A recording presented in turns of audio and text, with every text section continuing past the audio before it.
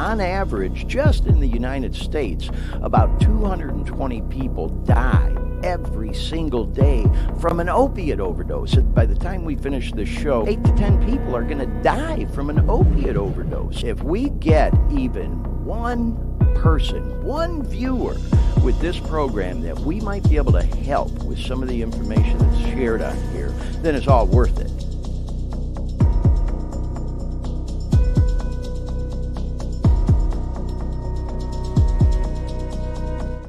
Hey everyone, welcome to the Dare Me podcast. It's your old pal Glenn Victor. Peace. Thanks for tuning in. Looks like we've already got a few viewers and listeners on the show today, and we ordinarily get more as we go along. We are coming to you live right now.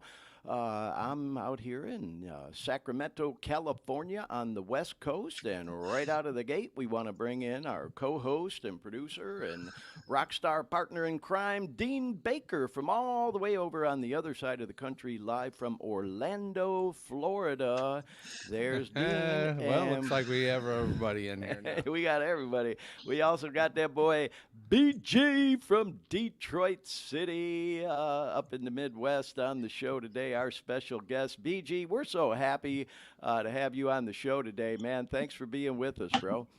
Yes, sir, man. Super grateful to be here, Glenn. I am. I appreciate the invite. I do. Oh, God, I'm looking forward to the conversation we're going to have, and we'll be doing the old deep dive, as they say, in the conversation with BG in just a little bit on the show. But I got to tell you guys, man, it is hot as hell out here on the West Coast right now. I saw that post. It was like 101 degrees or something like that. Yeah, and today is actually like supposed to be the hottest day. It's about 110 degrees outside right now. And nice. Not to sound cliche, y'all, but you probably heard over the years the old saying that out west it's a different kind of heat. And Dean, you being in Orlando, I know you've lived there as long as I did, man. It is different. It's very humid down in Orlando. I love Orlando weather, but it is humid. And it's like I was laying by the pool yesterday, and it was 103 degrees. And I was fine, man.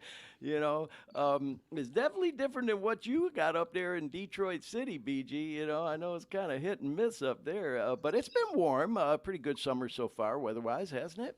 I'll take the heat over the snow any day, man. Oh, bro, any day. I agree. That's what Dean was kind of alluding to. I did a post a couple days ago about it was Bugs Bunny like walking in the desert, and you can tell he's dying, and he goes, "I don't care. I still like summer better than winter." You know? Man. So, oh yeah. Well, but winter's a good time to, if you like to go skiing, go play in the snow, but then you're done. That's a week. Well, I naturally I have a love for winter because of hockey, and it's hockey season for me, for my kids, but I'm over it real quick, man. Yeah. Real quick. Christmas gets over and I'm through. Yeah. I'm through with it. I'm ready for spring, man. Well, BG, we have that in common, being hockey fans, man. We talked about that a little bit off the air. I got a nephew, my boy Jason, who, man, I'd love to have on the show sometime. Dean, you probably even remember helping me out. We did a highlight reel for him years back. He's a pro hockey player, man, and God, he was drafted at like 18 years old. First player ever to be drafted in the first round out of the North American Hockey League. And he was drafted by the Dallas Stars. He was a goalie and bounced around with a few teams for a while. Played in Philly, Colorado, and St. Louis was where he really got most of his playing time. And literally dream come true. He played against his hometown favorite team, the Detroit Red Wings, couple of games. He lost the first one in St. Louis like at the last second of the game, and then beat the Wings in Detroit at the old Joe Louis in a shootout. And that's Dean and I worked on this highlight reel of those games, and not to get too far off track, y'all, but that was like truly not just a dream come true for Jason, but for the whole family, man. And so BG, Man, big hockey fan, and shout out to hey Colorado. Won their first Stanley this year. I was kind of rooting for the Panthers, being a Florida guy, but I was happy to see Colorado get their first one. So anyway, yeah, man, you can't grow up in the Midwest or certainly a city like Detroit and not be a hockey fan. Dean, you come from the Boston area, man. The Bruins are huge up there. You much of a hockey fan, bro?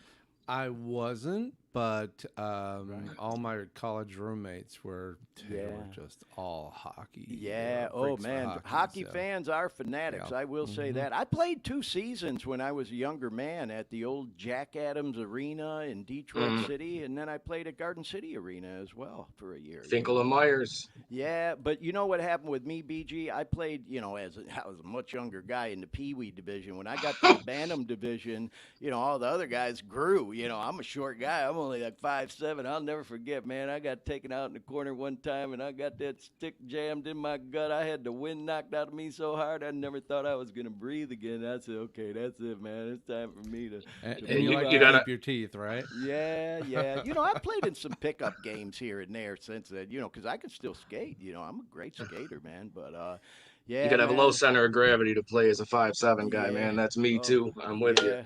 Yeah, them big boys, man, they'll tear you up. But anyways, well, hey, moving on, y'all. We got a little sidetracked on the weather and hockey and all. But, BG, as I explained to you a little bit before the show, and Dean, of course, as you know, always like to do a little bit of a recap of what this show is all about, what the purpose of this show is, and what that whole Dare Me name means. So if you would, just bear with me for about 5 minutes. We're going to do a deep dive interview with you, BG, in just a few, and then we're going to dig into the news. We got a couple of opioid epidemic news stories we're going to touch on.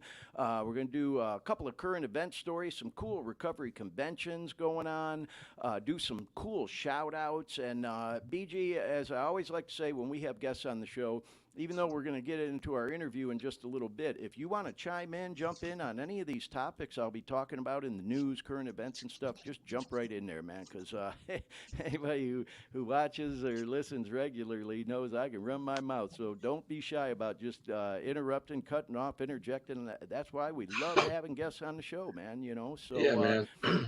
Right on. Well, anyways, with all that said, y'all, if you might be a viewer or listener to this show for the very first time, first of all, we want to welcome you to the Dare Me podcast. This is our 16th episode of this program. It just fucking blows my mind. I can hardly believe we've been doing it that long. The show is in the planning stages for a long time. And we're still, kind of, finding our way with it. This show truly has kind of taken on a life of its own in its own way. But we kind of got it down to a science, pretty good format now. And, doing all the things. So this program is really intended to try to help anyone who may be struggling with an opiate addiction or really any drug addiction that may come across our show in their journey of looking for information on how to get out of that madness, because that's what happened to me. I've got a long history with addiction, y'all, going back to when I was a teenager. I started partying as a young guy, like a lot of people I know as a teenager. I got clean for the first time, just shy of 25 years old. I walked into my first recovery meeting, as they say. Stayed clean, believe it or not. I was able to stay clean for almost 17 years. I fell off, had a bad relapse. It lasted about 5 years. Landed in a treatment center, rehab, whatever you want to call it, detox, all that. And I got out, and that was a good trip for me. I stayed clean for another 6 years. And then I got hooked on opiate pain medication. Not to make excuses, I just telling my story. I broke my ankle.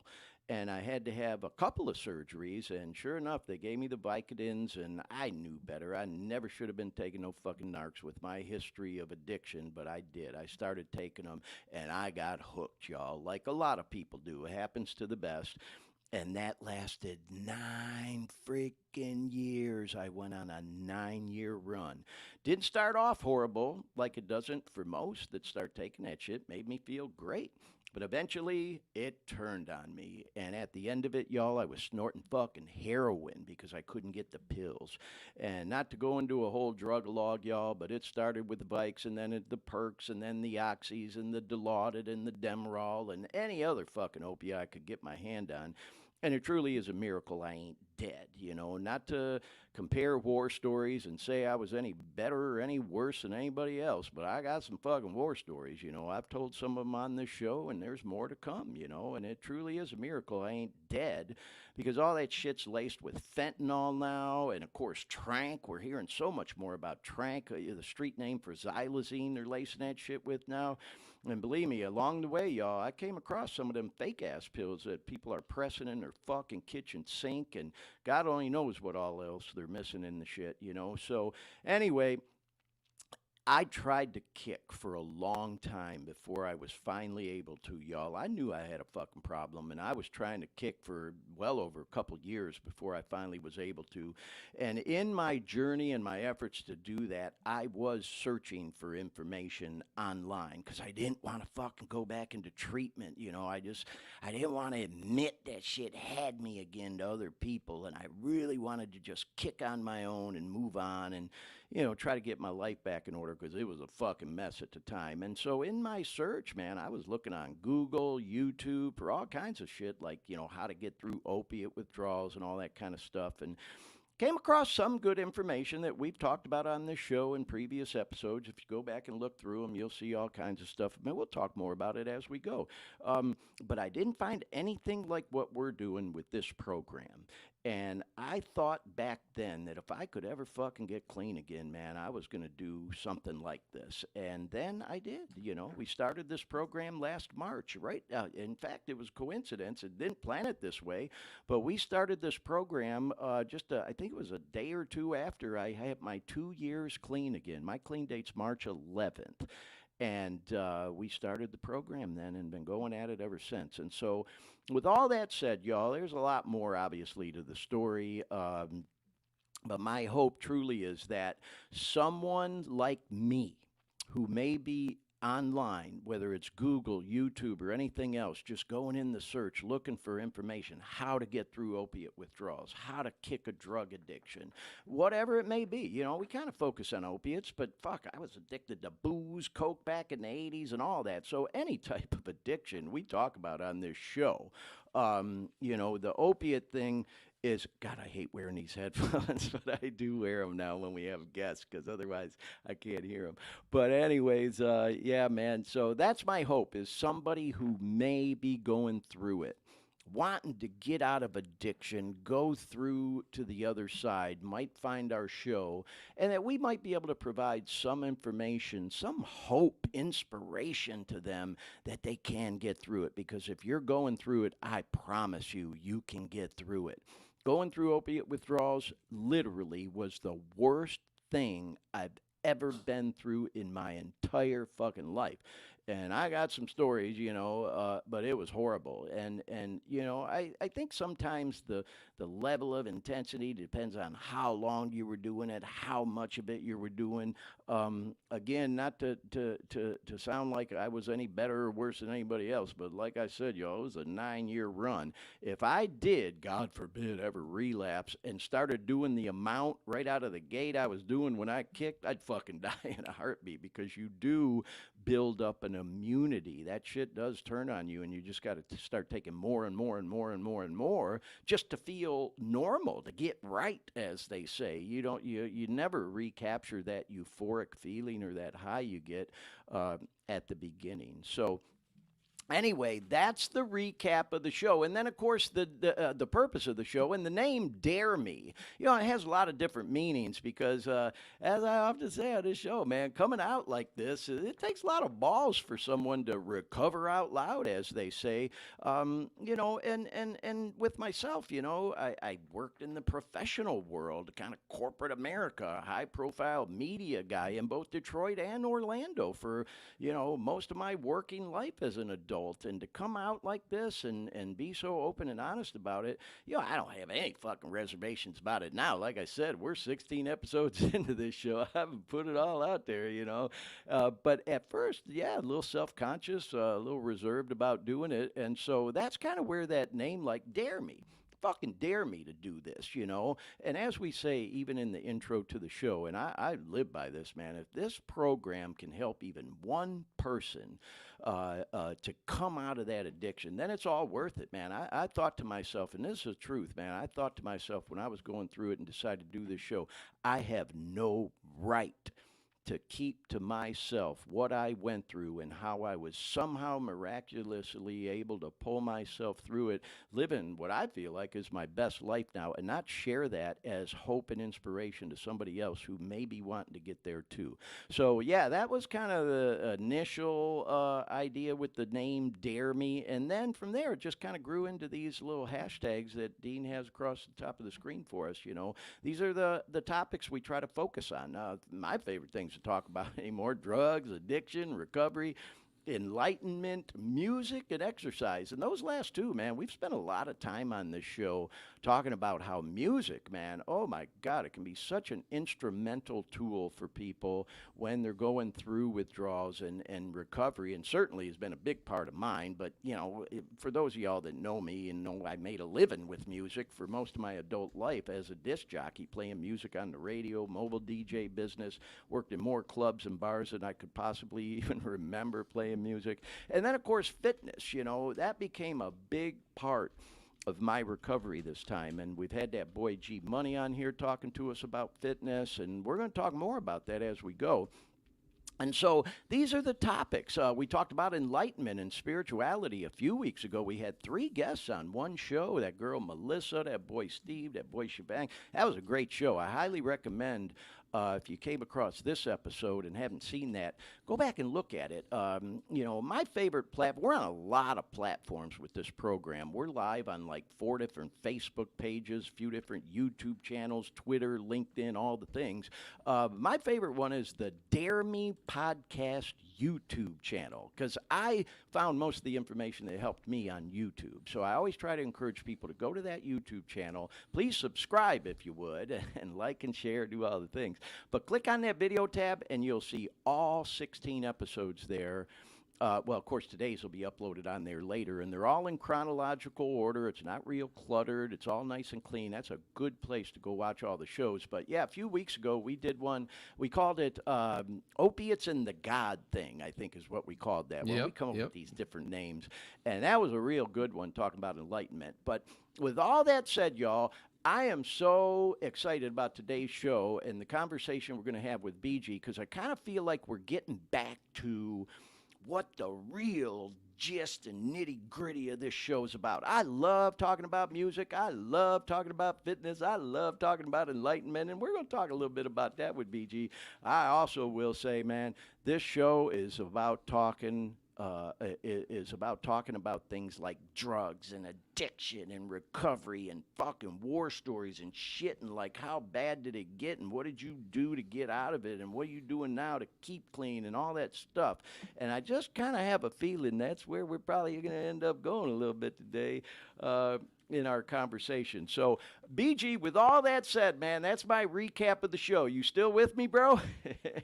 Yes, sir. All right. Well, D, let's go get into the news.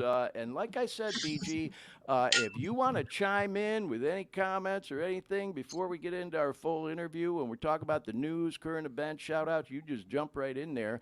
So let's see. We're going to bring up some slides now.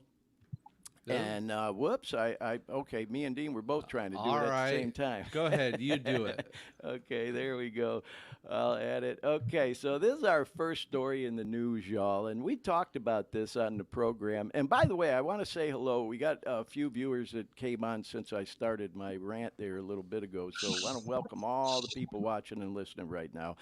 So we talked about this story a few weeks ago, I think about a month ago on the show, that, the opiate and fentanyl crisis in San Francisco is just totally out of control, man. You go downtown and it's just right out in the open. People using out on the streets, dealing out on the streets, and so finally they decided to do a crackdown. And it's almost heartbreaking because if you've ever been to San Francisco, you know what a rich, rich history the city has and how beautiful it is there. And obviously the homeless thing has a lot to do with it, but they decided to do this crackdown, and so California Highway Patrol start pulling all these people over and arresting people that they find drugs with and shit. And as this headline says, and we pull stories from a lot of different news outlets, we're not biased toward any conservative or liberal leaning news outlets. We just look through the news, and this one we came across from ABC News, and as the headline says,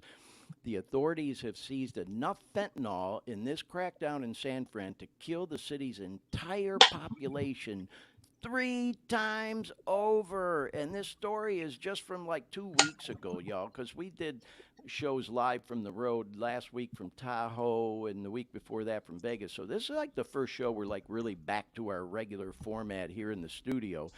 And then this is kind of the meat and potatoes of the article. I'm not going to sit here and read to y'all, but, if you're watching, you can certainly scan through this article. But, you can see there that, this is like no fucking joke, y'all.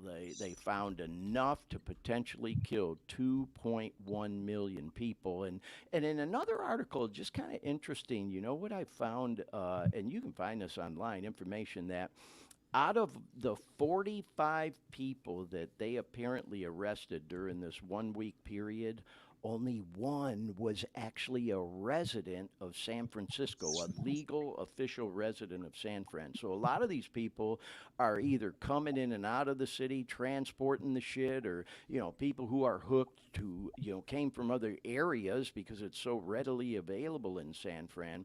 And so anyway, man, I will say this. You like to see them making an effort to do something about it. I think the jury's still out on just how effective this is all going to be. This Tenderloin district is what they call it in San Fran, is where it's most rampant. And unfortunately, as we know, a lot of times when they do these crackdowns, it's almost like stepping on an anthill. It doesn't always really make a big difference. It just makes them go to a different area. And they are trying to chase them out of Tenderloin in the downtown area. Let's just hope they don't start popping up other places and that it really does make a difference. But, you got to do something. So I'm just kind of glad to see that. Now, here's an interesting story that kind of piggybacks off of that. And this one we found in the LA Times. Even though they're doing this crackdown in San Fran, they do these studies. And during the month of May, when it first started, they found that they had more fentanyl ODs in San Fran than ever before. The most on record for a month-long period in the month of May. Now, obviously, we just finished the month of June, so hopefully, what they're doing over there trying to crack down may cut down on some of the ODs. But I think this article was interesting because it shows certainly there was something needed. They always like to kind of seems like correlate the homeless problem with the drug use problem, and I get the connection there. That's like a file photo, it says, from back in February of 2022 in that Tenderloin district I mentioned.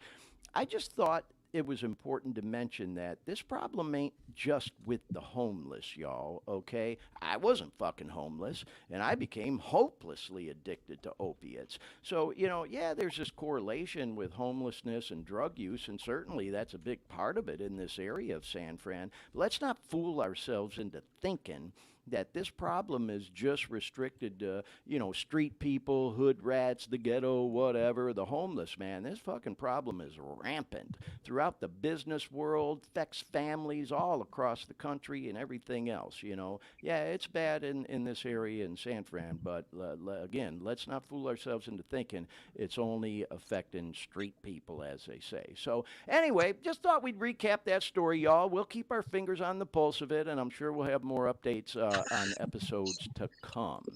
Now we're going to jump all the way across the country, BG, and I'll be curious to hear your input on this one because this is a story we came across just a couple days ago. They ran this one on June 27th, so it was literally just, 5 days ago, that in Detroit City, My hometown, as many y'all know, where I lived the first 30 years of my life and go back to visit all the time because all my family's there and a lot of my friends and whatnot. But anyway, they started this new mobile intervention program, these units going out on the streets of Detroit to help treat opioid addiction. And, it is being conducted by this group who, quite honestly, I don't know a lot about. I just didn't have a lot of time before we did this show to do research on them, but they're called Quality Behavioral Health in Detroit. And we've actually got a video, a news story we're going to show in just a moment here. And it's only about 2 minutes long, so hang with us. And then afterwards, we'll talk about it. And BG, I'd be real curious to hear your input on what you think about this program. Whoops, we want to back up there, Dean, about that. And before we show the video, I just want to say hi to our people in the chat room. I see Lori has joined us on the show. She said, sorry for being late. But hey, you're never late, Lori. We're glad to have you. Kelly's on there. And Kelly's doing a shout out to Shivang, but I'm not seeing Shivang in the chat room. But anyway, I think she might have been BG. She might have thought you were Shebang, BG. But anyways, welcome to Lori and Kelly in the chat room. And I see we got a half dozen viewers watching as well. So we want to welcome everyone that's joined in with the program today. So anyways, yeah, this story here is really a kind of it's a unique and different approach to trying to tackle this opioid problem. And let's go ahead and watch the video. You got that ready, Dean? Go ahead and play it. Here we go. With the opioid epidemic raging across the country, a new program here at home is aiming to help treat the addiction by bringing treatment options right to those in need, especially in underserved communities. Argino Vici has the details near East Grand Boulevard and Mount Elliott on Detroit's west side. Well, this is a new pilot program, and these mobile intervention buses will be hitting the streets in just a few weeks. Now, with the opioid epidemic increasing, getting worse every single day, the company behind it hopes that services like this can become more common. I think it has a huge potential. Dr. Sherry Aliz is heading up a new pilot program, recently approved by the DEA and the state of Michigan, that could have a huge impact on opioid abuse treatment options for underserved communities. A lot of our clients are those that have no access to treatment facilities. Dr. Aliz is talking about this fleet of custom-built specialty buses designed to target underserved communities like homeless shelters, nursing homes, correctional facilities, and neighborhoods with little to no options. The mobile units are scheduled to be rolled out in just a few weeks and will provide full treatment services. So some of these buses will be for group therapies. Some of these buses will be registration. Some of these buses will be for counselors and doctors, and the other buses will be for methadone dispensing. Naveed Syed is the CEO of Quality Behavioral Health in Detroit and says he's operated this center for nearly 3 decades. And the addition of these mobile units are exactly what the community needs to help fight the opioid epidemic. A lot of people are losing their lives and killing themselves by overdosing. So this is a time where we want to help, and I'm really happy that I can do something. Saeed says when the program launches in just a few weeks, there will be 2 buses in Detroit, 1 in Inkster and 1 in Canton. And he's hopeful that number will increase soon after launching. After this pilot is done, we will be able to see how successful this runs, and then we will expand this. Dr. Aliz is very optimistic about this mobile intervention pilot program. It's going to do so good to the community. In Detroit, Gino Vici, CBS News, Detroit. There you go, everyone. So definitely a unique and different approach to this whole opioid epidemic. And I was glad to hear, they're not doing it just in Detroit, but he mentioned Inkster, Canton, and, depending on how well it goes, expanding it to other areas and cities as well. So, BG, being that you're right there in Detroit City, what do you think about that program? Yeah, man, I've known QBH has been around for a long time. My best friend I've brought there a couple times when he was alive, man. And I think it's good to get things out there, get it more in Inkster as well, man. Inkster is just as bad as Detroit, if not worse in some areas nowadays. Yeah, I know right where that's at. It's a little little apartment complex over there. But yeah, man, anything that can get it out there more, it's obviously better. Right on, right on. Well, once again, I'm being told that maybe I need to turn my mic up a little bit by Lori, who is Yeah. incidentally celebrating 18 months clean today. We want to send a shout out to Lori in the chat room, one of our regular viewers and listeners. On her 18 months today. That's huge, Lori. Congratulations to you. I hope you're going to a meeting or maybe already did to pick up your 18-month key tag or chip or whatever. But shout out to Lori. So yeah, I turned my mic up just a little bit there, Dean, just so you know. Anyway, yeah, well, BG, I really appreciate your input on that, and I just thought it was, a cool story that we'd show. I don't think it's a result of the opioid settlement that these programs we just talked about are going on. The huge settlement with Purdue Pharma and the others that literally were billions of dollars. I don't think they put that money to work in our communities yet. I think in California, certainly that was, an effort by the governor and the government and the authorities to try to crack down on it. And I'm not sure, like I said, I didn't really get to look into quality behavioral programs, background and how they're funded and stuff like that. I just didn't get the time to do it before today's show. What I will say is I'm just glad to see there's these things going on out there because, you mentioned it briefly, BG, and we'll talk about it in a moment about one of your boys dying.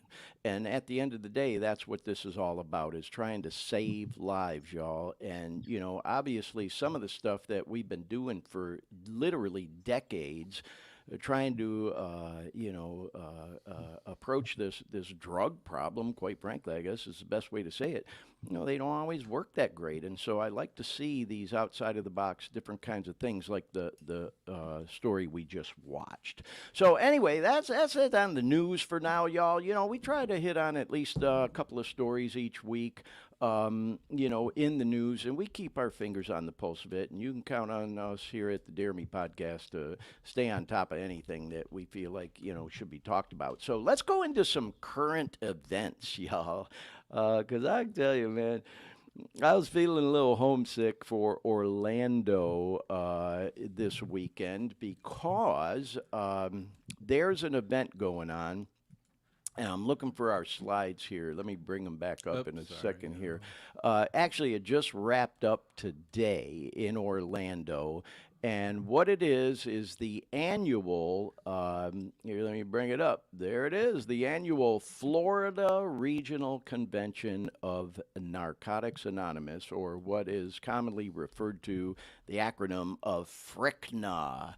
And I just want to put this out there. I try to say it every week, y'all. I ain't no representative of NAAA, fucking A, or any other 12-step group. I'm just another addict, another guy trying to stay clean on a daily basis, y'all. Ain't trying to break no damn traditions for all our purists and NA gurus out there. I love y'all.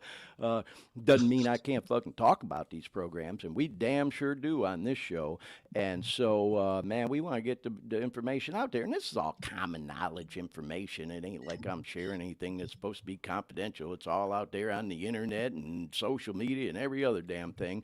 And so anyway, they had the annual Florida Regional Convention, and I gotta confess, y'all, I'm not good at Roman numerals, and I don't know which one this was. XLI, I think it's like 40 something, whatever the hell it is. But they do this thing every year, 4th of July weekend. And with the 4th falling in the middle of the week this year, it's kind of weird, the idea whether they did it this weekend or next weekend.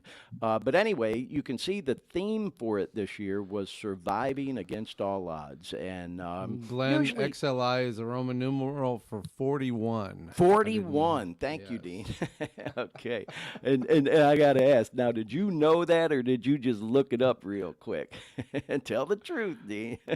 I'm kidding you, man. No comment. Yeah, no comment. but anyway, as I know you're aware, BG, these NA conventions, man, oh my God, they're so powerful, literally. And FRCNA's a big one. People come from not just around the country, but literally around the world to attend these things. And there's, for some of them, literally thousands of people, and that's certainly the case with FRCNA. And it's a few days long. They have all kinds of different meetings going on, and speakers and a lot of other cool stuff. They have pool parties, there's a banquet, and then, of course, the highlight of every convention I've ever been to, recovery convention, is when they do the countdown. It's the clean time countdown, or at AA, the sobriety countdown. And they started however many years and then go all the way down to literally like who's here today who may have one day clean. And so it's just so powerful, and you really ride the wave of that energy and that vibe for weeks after the convention. And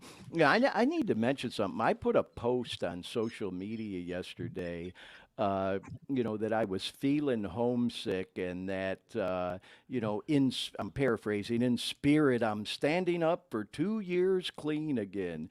And I had all these people like comment on my post, hey, congratulations, good for you, and all this stuff. And I thought, oh my God, these fucking people are going to think that this is my clean date. When I just put a post out last March, I did this like crazy video where I really got overexcited, about getting my 2 years. And so I thought anybody who's paying attention is like, well, wait a minute, I thought he just had his 2 years. But so I was just kind of doing a, acknowledgement that had I been at the FRCNA convention last night, when they called 2 years, that's when I would have stood up, because I'm between 2 and 3. So anyways, shout out to all my Orlando and Central Florida friends, and anybody else who would have attended FRCNA. That's the banner, and this is a name tag friend of mine posted. They give you these lanyards to wear, and I kind of, edited out her name, but I put, the name tag here. And so, yeah, man, that I've been to a lot of NA conventions over the years, y'all. As I've shared on this program, I first walked into NA as a young man, just shy of 25. I'm fucking 61 years old now, so that's a lot of NA conventions over that time. And both clean and using, and clean and using and clean. Never thought in a million fucking years I would ever go to a meeting, let alone an NA convention using.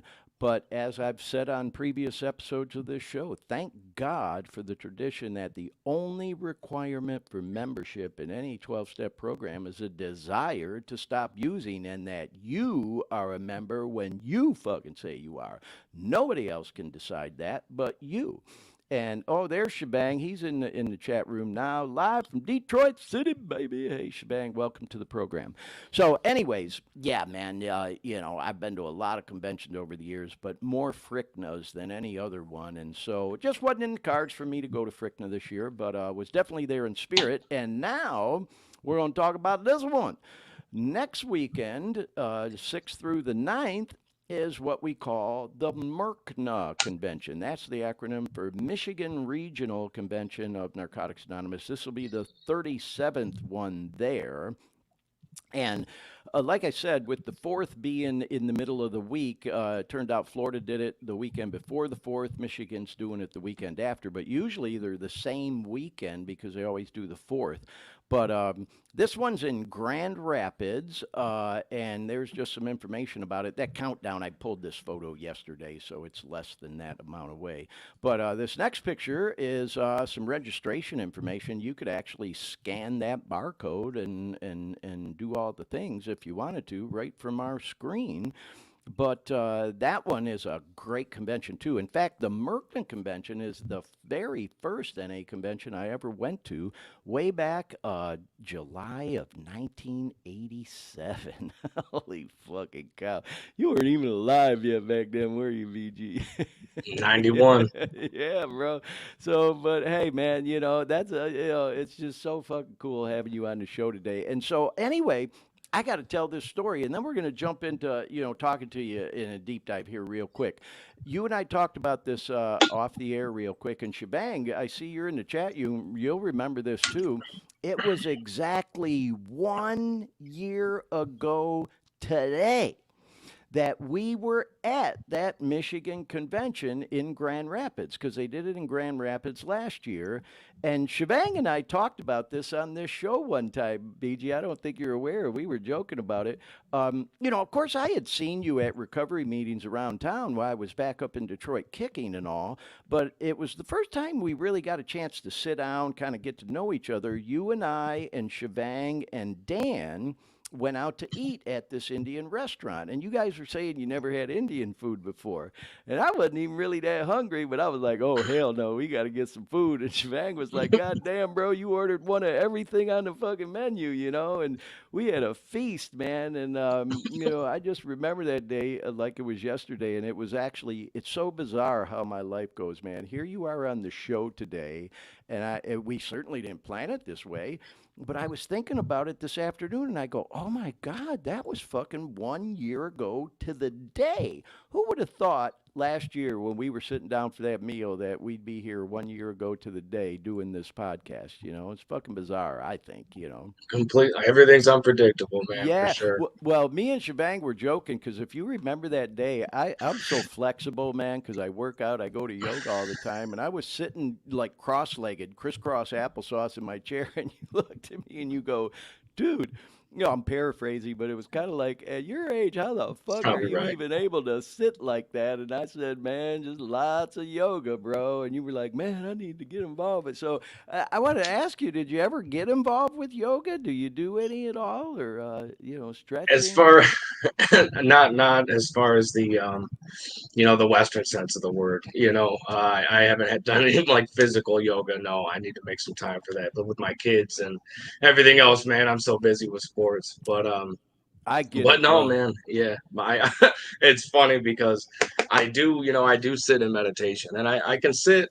I can't sit all the way into it like you do, but Right. Not yet. I can not yet, no. But even just sitting regular like cross-legged style, man, I get about a minute and a half before I start, Right. my body starts screaming, man, I gotta move position. So yeah, it's definitely a wake up.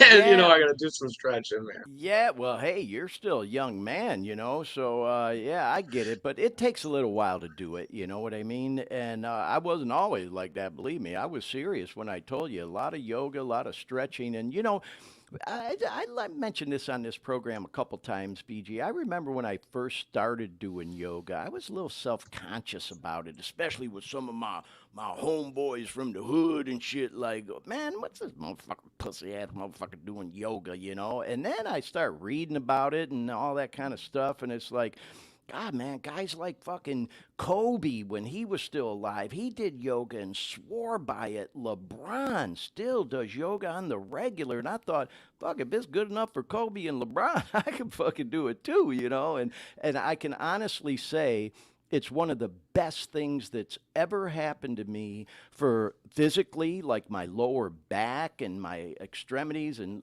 like we talked about, just becoming more flexible and stretching, but also mentally and spiritually, man. A lot of meditation involved with yoga, and it really led me into digging deeper into enlightenment and Hinduism and things like that, man, that, we'll talk a little bit about on the program, but I couldn't resist just mentioning that story, man, that I just think it's kind of bizarre that 1 year ago today, it could be almost to the hour that, here me, you, Dan, and Shivang were having dinner together, and 1 year later to the day, we're here on the show. So anyways, though, going back to those slides, Yep. Bring them up there. A couple of current events. FRCNA convention just wrapped up today, and shout out to everybody there that was at that thing. I saw a lot of pictures online that people were posting. Shout out to a couple of my friends, Guy, Biff. Oh my God, talk about NA royalty, as we say. Just a lot of people were there, man. That I was feeling kind of homesick. So, and I'm sure I'll be feeling that way next weekend with the FRCNA convention going on, because like I said, it just wasn't in the cards for me to go to those this year. I'm still hoping and planning on going to the South Florida convention in August. We'll talk a little bit more about that one maybe next week. And then, BG, I'll be up in Detroit visiting that last week, I think it is, of August. So hope to see you while I'm up there. at that time. So anyway, we want to do some shout outs now, y'all. Moving on from the news and current events. And today is Nikki's 22nd year anniversary of sobriety. And by the way, Kelly's in the chat. I want to thank her for sending me this picture yesterday. I appreciate that, Kelly. I saw some stuff online about it too, but I pulled this picture you sent me. There's that boy Nikki Sixx from Motley Crue, who's been living clean and sober now for 22 motherfucking years, man. How cool is that? And if you're interested, this is from his Insta page, but if you go to his Facebook page, just type in Nikki Sixx, he wrote a really long, just kind of message to people who are, living clean and sober or trying to get there, that was very inspirational. And I never met the man. I wish I did. Maybe I will someday. Hey, Nikki, have you ever seen this, bro? Come on the podcast, man. We'll talk about living clean. But we want to do congrats and shout out to Nikki Sixx on his 22nd year of sobriety. I also want to do a shout out to one of my favorite people to talk about on this show, that boy Kasky. Here's another fucking bizarre story, and we do have, I see Shebang still in the chat room. He'll remember this story. It was 1 year ago to the day yesterday that Kasky released this album called This Isn't Even My Final Form, which is a very recovery-oriented album, y'all. And here's kind of the bizarre story. BG, I think me and Shebang may have told you this story before, but, I've been a big Kasky fan for a long time. It's a long story that I won't get into again right now, but I've been a big fan for years, He's a guy that's, over 30 years old now, but he's been doing music since he was a teenager. He was signed to, Birdman at, I think, 15 or 16, and he's just this amazing artist that I love to death. And he and I'm not, saying anything that would be in confidence, because he shared all this information openly. He developed a drug problem and he put all his vices down and he's living clean now. And this album was all about part of his journey and an inspiration to people like myself, who going through that journey as well. So anyway, I knew he was putting this album out, but I had no freaking idea what it was going to be about or anything like that. I just happened to know that it was dropping that day, which happened to be 1 year ago yesterday. And Shebang will remember this. Me and him were driving up I-96, going to Grand Rapids to go to that Michigan NA convention. And we're just bullshitting and stuff. And I said, hey, man, listen, that boy Kasky dropped a new album today. Why don't we pop some on and listen to some of it? And he's like, hell yeah, put that shit on, bro. So we did. We started bumping it. And we're listening to this tune, Rock Bottom. And then this one, Sinner Like Me. And then even he's got Heaven Seems So Far Away. And we're just like, oh my God, I can't fucking believe it. It's all recovery stuff, man. And we were just like, we just thought it was really bizarre that here we are on our way to a fucking NA convention together, we're both with a couple of years clean, still trying to find our way and all that, going there to look for inspiration and all that other stuff.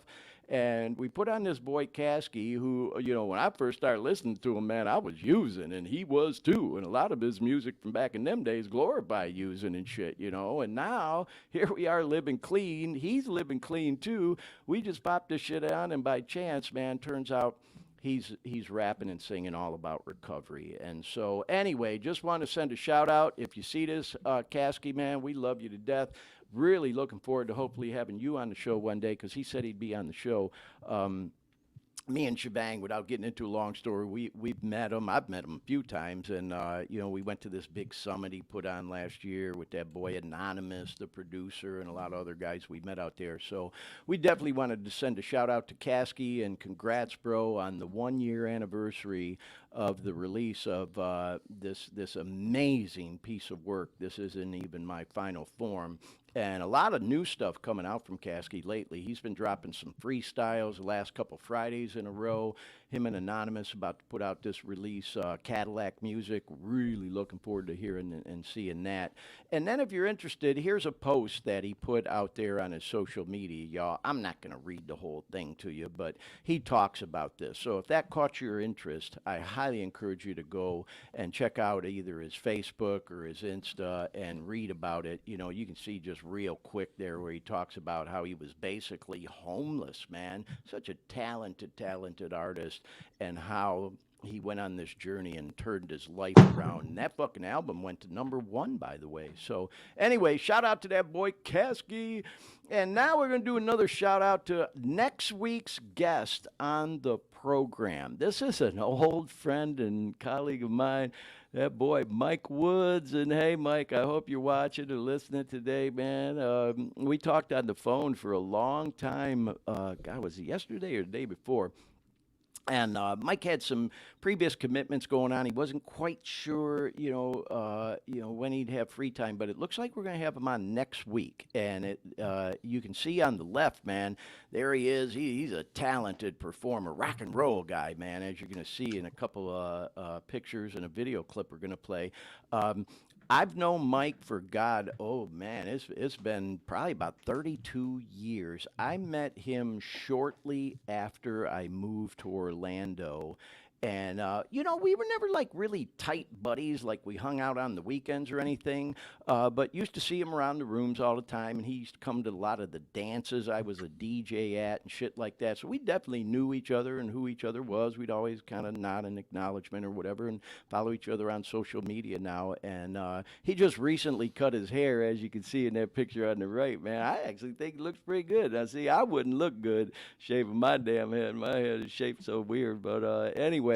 So moving on, Mike is kind of a one-man band. The guy is such a talented guitar player, and he's really into that heavy metal stuff, y'all. And so anyway, his music that he puts out there is under this name Cult of the Storm, and you can see all this shit on all the social media platforms. He's out there on YouTube, Spotify, SoundCloud, you get it. And he actually just released something just yesterday. We're going to play a short clip of in here in just a little bit. But he's got a lot of other music out there too, y'all, that I highly encourage you to listen to. Before we play the clip, though, I couldn't help but do a little name dropping, okay? So here's Mike with his cool-looking son, Connell. I think I'm pronouncing it correctly. Connell, I think it is. But that boy in the middle is Will Hunt, if he looks familiar to you. One of the most amazing rock and roll drummers out there from Evanescence, plays drums for Evanescence. And Mike and Will went to high school together. And they've remained friends over the years. And this is Mike at one of the Evanescence shows with his son. And they're, looks like they're backstage here or whatever. And they got a picture of themselves there. And that's a great, cool pic. But this next one, y'all, oh my God, there he is with my girl. Oh God, I just fucking love Amy Lee. That's Amy Lee there between Mike and his son. And if you don't know who Amy Lee is, I feel sorry for you. You ought to go check her out. Lead singer for Evanescence. And of course, Amy's done a lot of cool solo shit, Oh my God, Never Call Me When You're Sober. And of course, man, going back to when A.B. was with Sean from Seether, and they did that tune Lonesome. Oh, my God. And that video, man, I just love her. She is truly a rock chick and cool as hell. And Mike was telling me she's just the coolest, nicest, humblest person. He was actually talking to Emma. The other girl is Emma, who's the bass player for Sick Puppies. And he said they were just sitting there bullshit with Emma, and that Amy just came skipping up and said, "Hey, guys, what's going on?" And so they got this picture. But I just think it's so fucking cool that, Mike's buddies with, Will and Amy Lee and Emma. And so I had to show those. Like I said, I like the name drop on this show, man, So anyway, Mike's going to be on the show with us. We're keeping our fingers crossed. It looks like it's probably about 99% sure next week. And in addition to his music and everything, y'all, he's got an amazing story. And we'll see how much of it he chooses to share with us next week. But Mike is just one cool-ass guy, y'all. So we're really hoping to have him on next week. So shout out, Mike, and we'll talk to you soon, bro. Okay, so let me back up. I wasn't supposed to show that slide yet. Mike did a song, like I said, that was just released yesterday. And we're always reluctant to play music on the show, and part of the reason for that, Dean and I have had long conversations about it, is we don't want our show to get flagged for copyright infringement. And so, like even with Caskey and his stuff, he's a huge international artist. I mean, the dude is just like all over the world. So if we were to play a Caskey tune or even a clip from it, we might get flagged, and then all of a sudden our shit don't come up in the algorithms or the searches on YouTube and the others. So we try not to play anything, but we've done some stuff like. We played Boxmaster stuff when I went to see Billy Bob Thornton and his group a few weeks ago, but that was live. And so, Dean, you were saying if it's a live thing, it's not as much. And then, of course, with Mike, with all respect, Mike's an awesome artist. He's not like at the level of like Billy Bob Thornton or Caskey, and he just dropped this tune yesterday. It is out there on Spotify and SoundCloud and YouTube, and I encourage you to go listen to it. But we're going to go ahead and play like a 30-second clip from it. We don't think we'll get flagged. Dean's giving me the look like, oh no, Glenn, but we just want to give y'all a taste of it. I don't want to play the whole song, and then we'll talk more about it. We'll see. Maybe next week we might even be able to do a little bit more of Mike stuff. And then after we do this, we're going to jump into our interview with BG. And BG, I appreciate you hanging tough with us, man. Being so patient for this first part of the show as we went through the news, the current events, the shout outs, and all that other stuff. And then we're going to spend the rest of the half of the show talking with you, bro. So anyway, let's give a little listen to Mike's brand new song that he just released yesterday. Go ahead, Dean. Let's play this clip.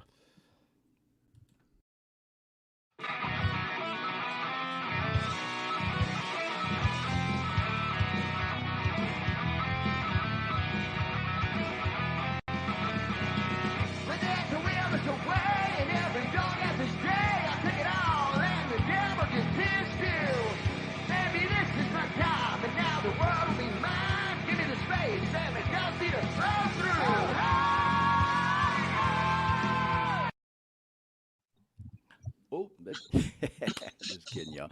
So, yeah, you get the idea, man. I mean, I just want to play a little clip. You get it, man. Mike, first of all, he's a talented guitar player, man. And, the dude posts stuff about,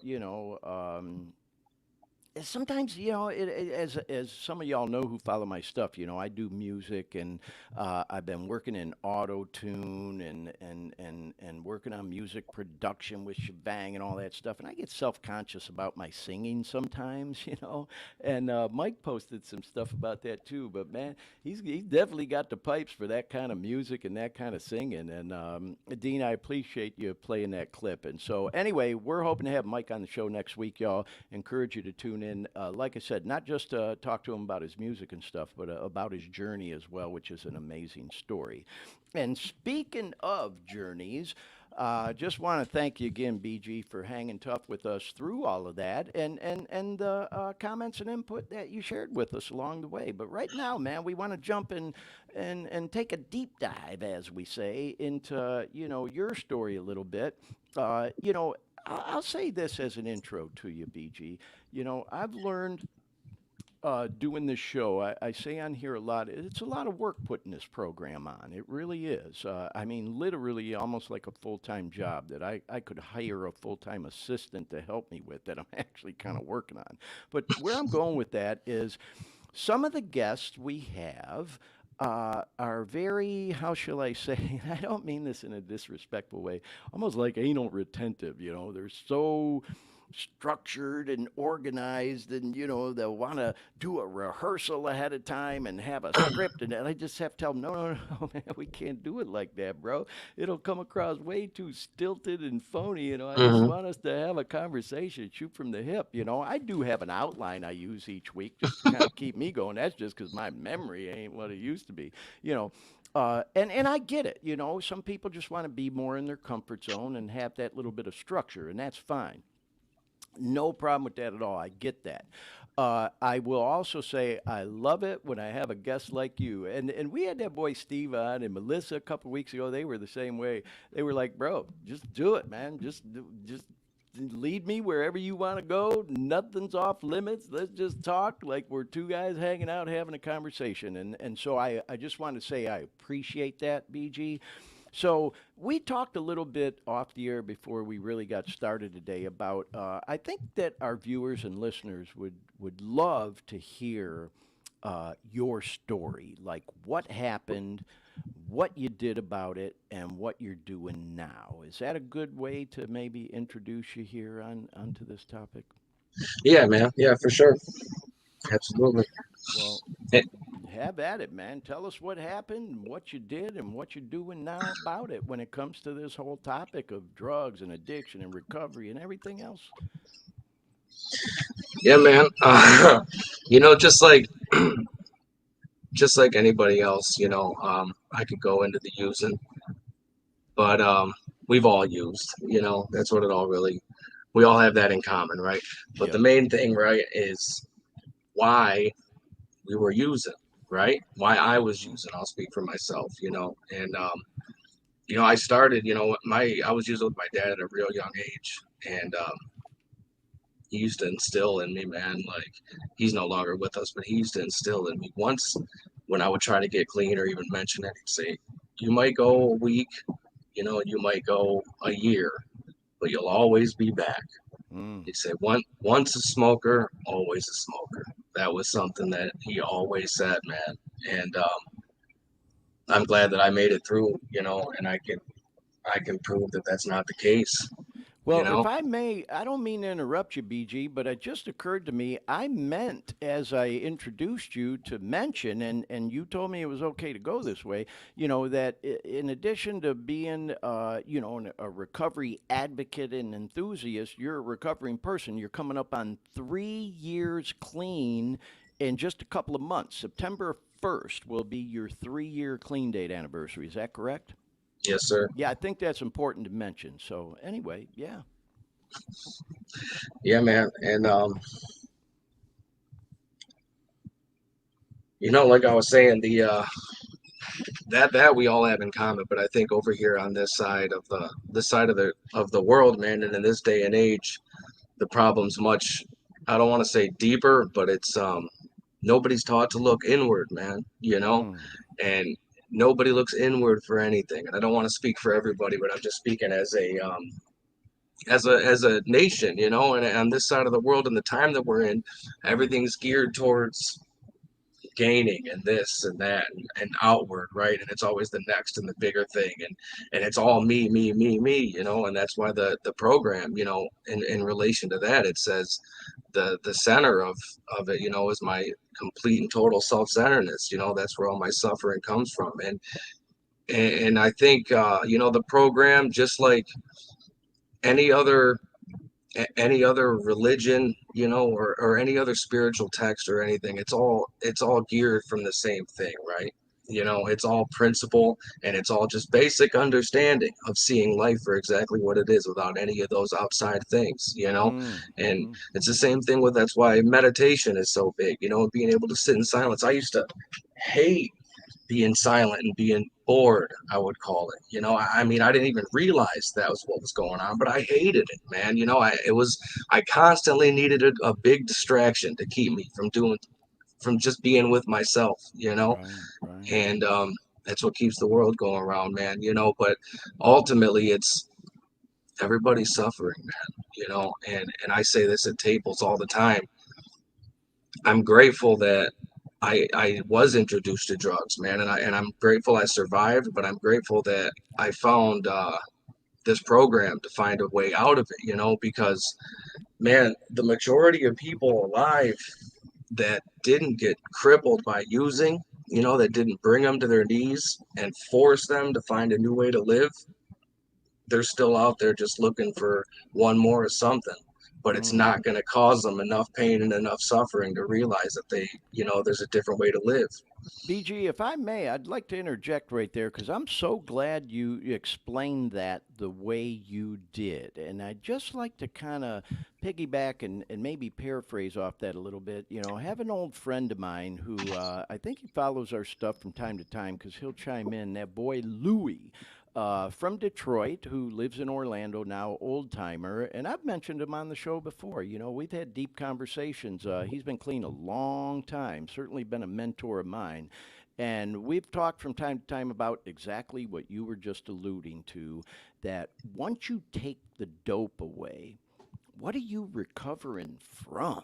Mm. What are you recovering from? And you made a statement that, you know, for anybody who maybe isn't, you know, involved in recovery or ever become addicted to dope might not understand. And the statement you made was, you're grateful that you had this challenge with drug addiction because it brought you to the place you're at now, that had you not made it through that alive, you wouldn't even understand now. And so, and again, I'm kind of paraphrasing how you said it, but as you know in the program, a lot of times we say, man, with all respect to all our viewers and listeners who aren't, you know, program people, we will say, man, these fucking normies, goddamn, they need a fucking program, man. You know, I'm out here working, as my sponsor, Shay, says, man, I'm out here working steps on these fucking normies and they don't even know it, you know, because you're right, bro. People are going through shit in life, you know, all day, every day, whether they're hooked on dope or booze or whatever or not. Those of us who survived that active addiction and are now actively trying to work a 12-step program, a Dharma program, whatever program it might be, are blessed because now we have something to work on. As Louis says, what are we recovering from? Ordinarily, there's a lot more to it than just taking the dope away. Then you got to start the real work of working on some of the issues there. Is that a good way Yeah. to kind of paraphrase what you were alluding to? Yeah, absolutely. I mean, the you know, speaking strictly from the program, you know, the drugs are, you got to take the drugs away just to have a chance That's a at symptom. recovery. Yeah, that's a, It's the very beginning, you know, it's the very beginning of the whole program is to put the mm-hmm. drugs down. You know, Yeah. and it's just absolutely necessary because you know, if I pick drugs up, I'm completely consumed with self Mm-hmm. and ahead of time. There is no presence, you know, there is no there's no inward understanding of anything. It's just completely self-centered and geared towards one more, you know, and that's Mm-hmm. why the suffering is so great. You know, the higher the degree of self-centeredness, the higher the degree of suffering, you know. And Yeah. it took me I don't want to say a long time, but it took me the right time and place and, you know, people to put that into perspective for me to have a simple understanding of what was actually going on, Yeah. you know. And it really is, it's a key word. It's simple. It's so simple that I overlooked it for a very long time, Yeah, you how's know. that old saying around the 12-step or recovery programs? It's a very simple program for complicated people. We it's tend the to overcomplicate it, you know? it's the first word in the basic text: Yeah, simplicity. yeah. Well, with that in mind, BG, let me ask you this, because when we were kind of messaging back and forth, you know, you had mentioned to me that you know, you wanted to talk about, you know, drugs, addiction, recovery, and you had a word in there that definitely caught my attention. You mentioned enlightenment, spirituality as well, which we'll talk about. There was one key word that definitely caught my attention, and we talked briefly about it, and that word was presence. Mm. Tell me what you meant by that. I think our viewers and listeners, and myself included, would be curious to hear what you meant by that. Well, that also, you know, spins off of like what I was just saying. It was so simple that I missed it, you know. And if you would have told me anything about any of this when I was wrapped up in my using, you know, it would just wouldn't have made any sense. There's no way, you know, because it would have been against my agenda. You know, I needed a problem, you know, but that was all geared away from my constant need for myself and ahead of time, worried about, you know, the future, the past, whatever. I said this when I picked up like a year clean. I've only been present for about 5 months in my entire life, you know, Mm, outside of being a toddler, you know, mm-hmm. because I see it in my kids all the time. You see the change start gradually happening. You know, you look at a toddler and they're Right. happy, joyous, free. They're not worried about tomorrow. They're not worried about what happened yesterday. You bring up what they're going to do tomorrow. If you ask a toddler what they're going to do tomorrow, they'll look at you like you're absolutely crazy, Yeah, you right. know. But something happens along the line where we become completely obsessed with you know what I mean, where this is all going and what am I going to do and what is this going to become? And it completely completely overtook my sense of being just present for my life, you know? And that's kind of like what I touched on earlier. You know, we're geared towards that and we don't even know it. You know, it's so deep into the system, you know, for lack of a better term, that everything's about status and everything's about what we're going to become. You know, you go to even the way school is set up, right? You get in kindergarten, it's like you got this happy, joyous, and free toddler running around enjoying life, not caring about anything. You know, when he's dirty, he's dirty. When he, you know what I mean, he doesn't care about any of it. Yeah. And then something happens along the line where we get in the school system, right? And it's like you're in kindergarten and you can't wait to get into first grade. And you get into first grade and you can't wait to get into second grade. And then you can't wait to get out of that and get into the junior high with the bigger kids, right? And it's always this gear up. And then when you get older, you wish you were younger again, but that you know what you knew. It's just always ahead, and it's never now. Yeah. It's never now. It's always somewhere other than here, you know? You know and what, bro? I don't mean to interrupt, but I got to mention this because I don't want to forget it. My very first sponsor in the program, going back a long time, Chester, that boy Chester Myers, may he rest in peace. He's no longer with us, you know, but he taught me so much stuff, man, that I've remembered all these years. And I'm sure he learned it around the rooms from someone else and just, as we say, you know, passed it on to me. But he used to say something you just alluded to, because I was stressing about the future and so fucked up about shit that happened in the past, you know, in my mind. I was just so miserable. And he said, Glenn, he goes, you got to remember, if you have 1 foot in tomorrow and 1 foot in yesterday, you're shitting all over today when really all we have is today. What's here, what's right now, you know, or how's that old saying go? You know, yesterday's a canceled check, tomorrow's a promissory note, but today is cash money in the hand, you know. So I totally get what you're talking about, bro. You know, and that's where I think those two program sayings come, you know, AA is more, you know, 1 day at a time. NA, we have just for today, you know, and that's it, man. It's like we stress so much about all the fucked up shit that happens in the past that's over, that can't, you know, nothing be done to change.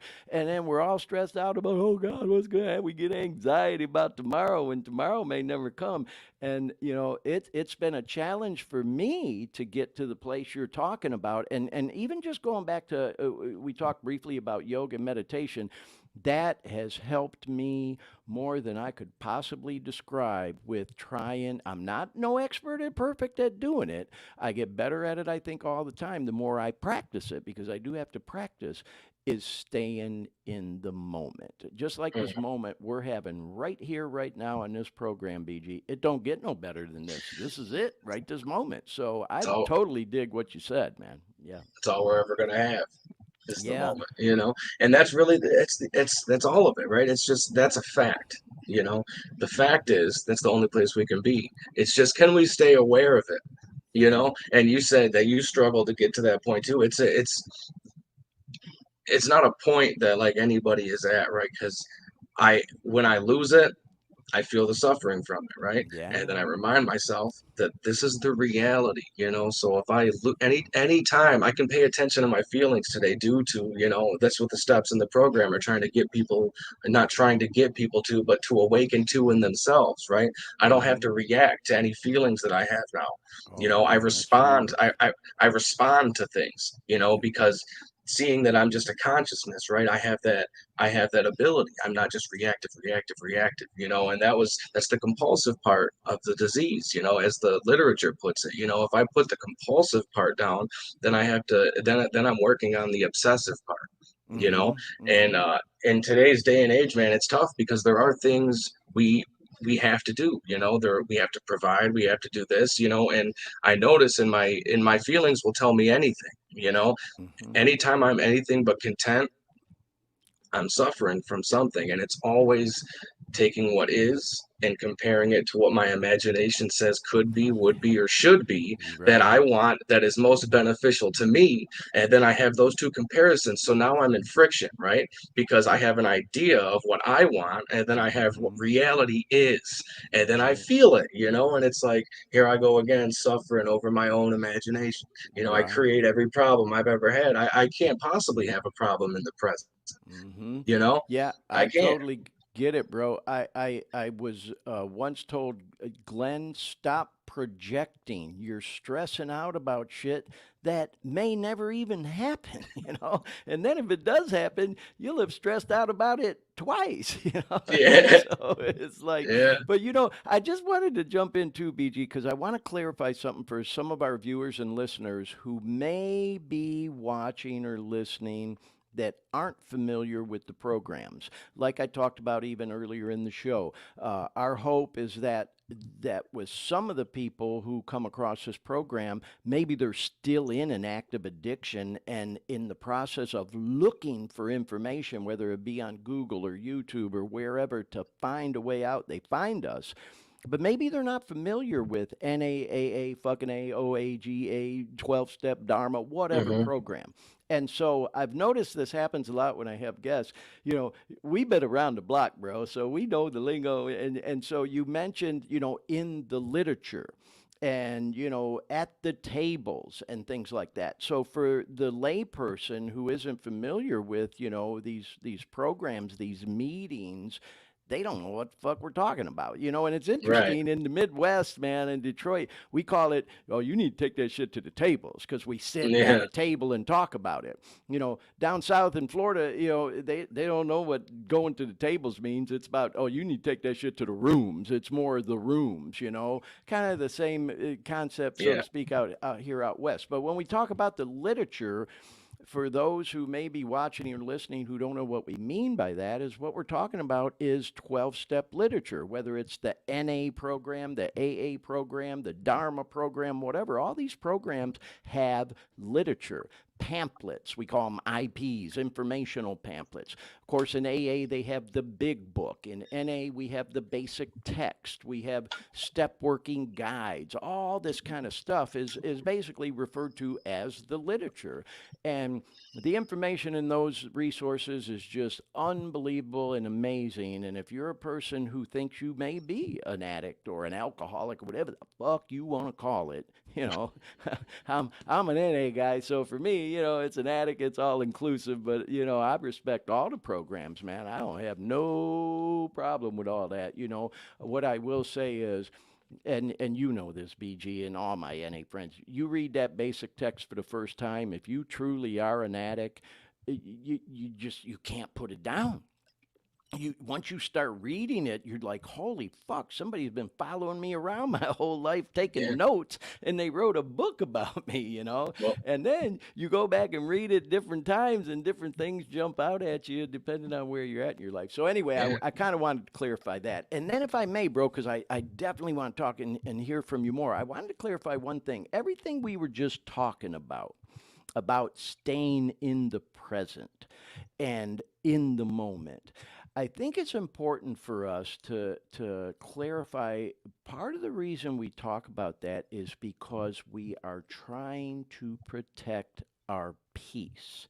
If we get too stressed out about all the regrets of things from the past, whether it be as a result of our active addiction or otherwise, or too stressed out about the future and all the what ifs, it fucks with our peace. And now all of a sudden we get a case of, pardon the expression, the fuck it's, you know, and you hear that expression around the rooms a lot. Oh God, I hope I don't get a case of the fuck it's. In other words, fuck this shit, fuck this program, fuck this job, fuck that old lady, fuck that old man, fuck the kids, fuck everything. I'm going to get high.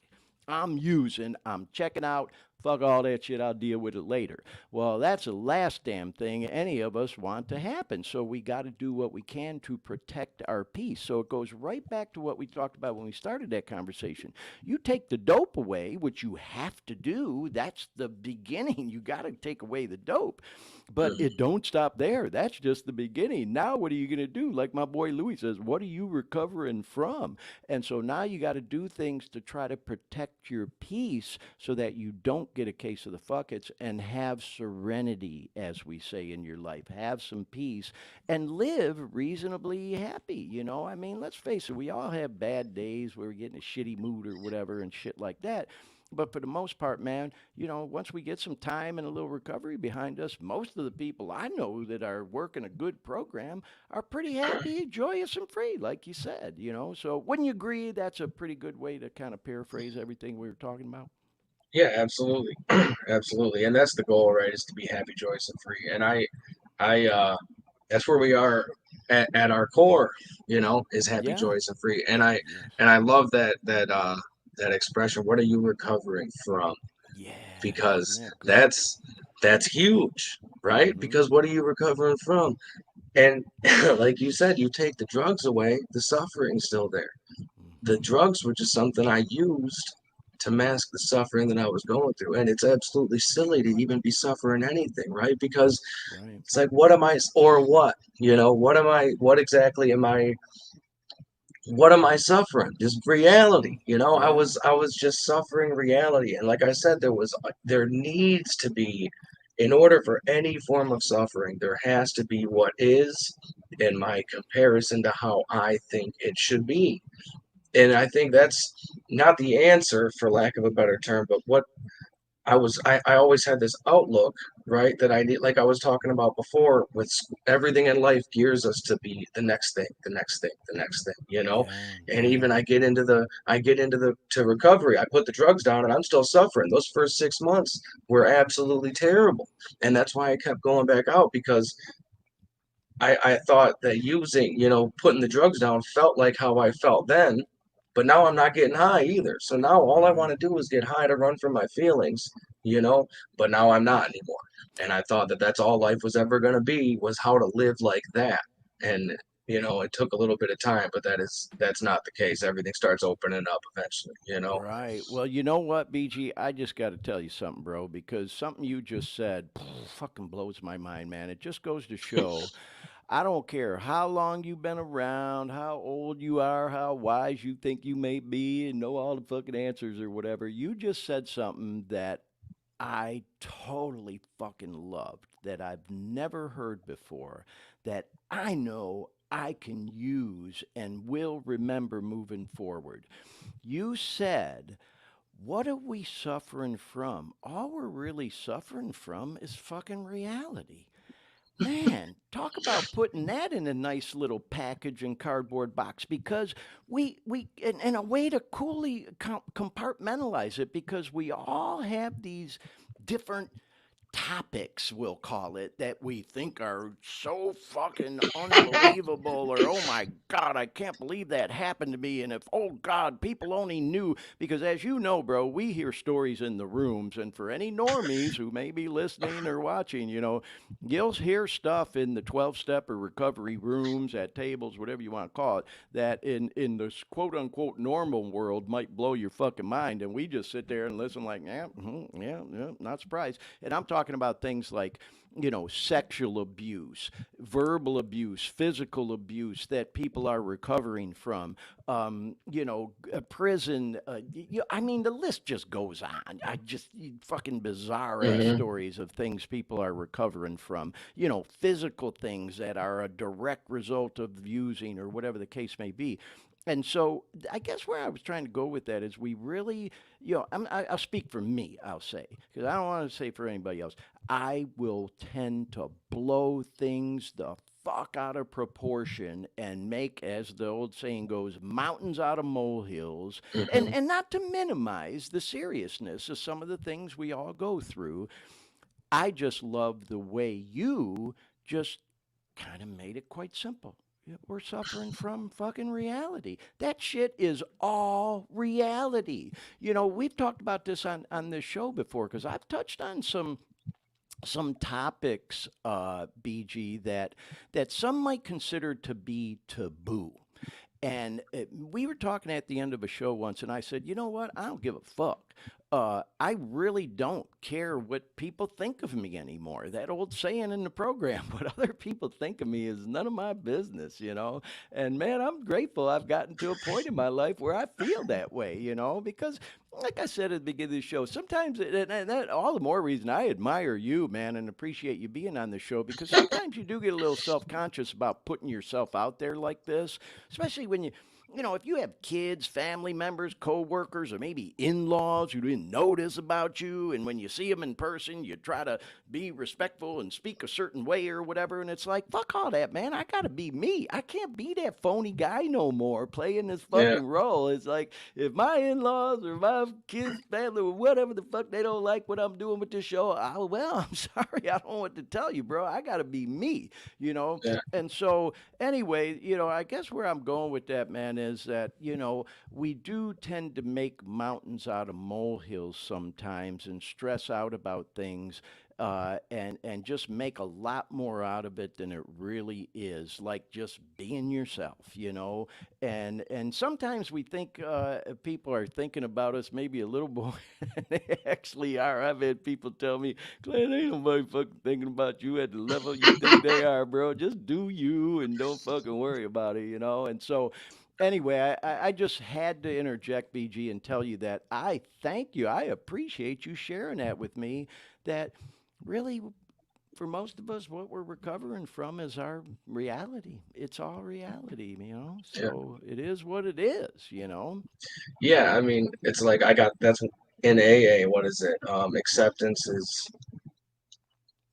what is it? Acceptance is the answer to all of my problems, right?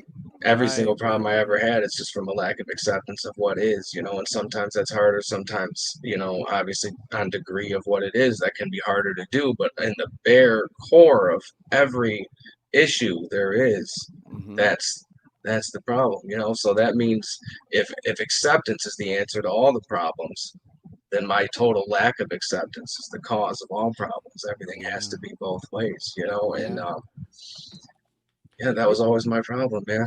Yeah, you know, you touched on something a little earlier that made me think to myself, you know, there's that you mentioned like society and things the you know, to that nature, how society will almost like try to brainwash us into thinking certain things should be a certain way. And what came to mind was the old, you know, cliche of the white picket fence and you know the perfect 3.2 kids and the old Leave It to Beaver, you know, kind of thing. Of course, some of our young listeners may not know. Go watch Leave It to Beaver, Ozzy and Harriet, you know, those types of things. You know, that ain't fucking reality, man. And it never was.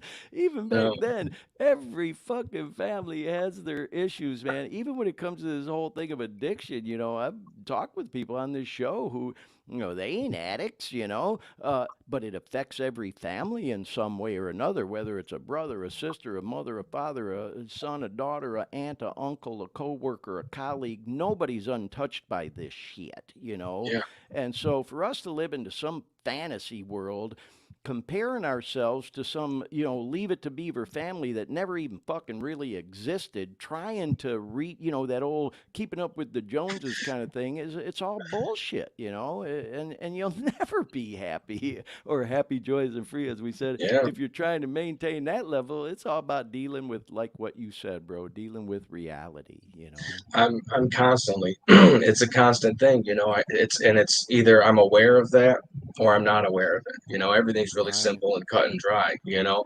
Once I see and I'm aware of it, the problems have to, for lack of a better term, problems, they have to dissipate. The suffering has to dissipate once I see it for what it is, you know, because it's a part of life, you know. We all it's natural, you know, almost especially nowadays, like I've been saying, is to want, you know, want more and for this to happen, and there's always an end, you know, of where this is heading, you know. And if society as a whole, if all of us were to just be present and content with exactly where we are, everything would come to a standstill, you know.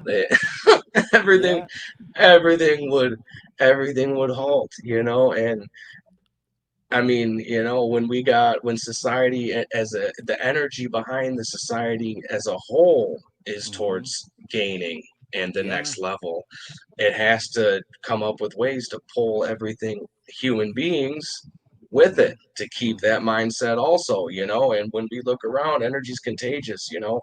Everything is geared towards that, man. So it's especially tough nowadays, you know, with the way things are. If it was, you know, back before, you know, social media and before, you know, anything, man. If you take off any sort of you shut the lights off on any sort of entertainment and distractions that we have, and everybody was just with what they have around them, everybody would genuinely be a lot more at peace because they'd be looking reality in the face. Now it's Right. so easy to be distracted by everything and have it geared towards, it's just a total sense overall of discontentment, and I don't want to say struggle, but like I said, I pay attention to my feelings now, man, and it's a daily thing. It's a daily thing, and the answer is always to center myself and see it for exactly what it is. And go ahead. Well, no, I was going to say, I agree with what you're saying. I'll also say for me, BG, and I know for a lot of others, we've talked about it on this program, that sometimes, because I totally agree with you, bro, sometimes I just got to be centered, alone, in silence, in meditation with myself. It's not easy to do sometimes because we are so used to those distractions in our society, like you alluded to. Now, social media, radio, TV, everything. There was a time when all that shit didn't exist. Where I was going with that is we've talked about this on this show many times. There are also what I'll call healthy distractions. And we've talked about it in depth on this show. One of them is music.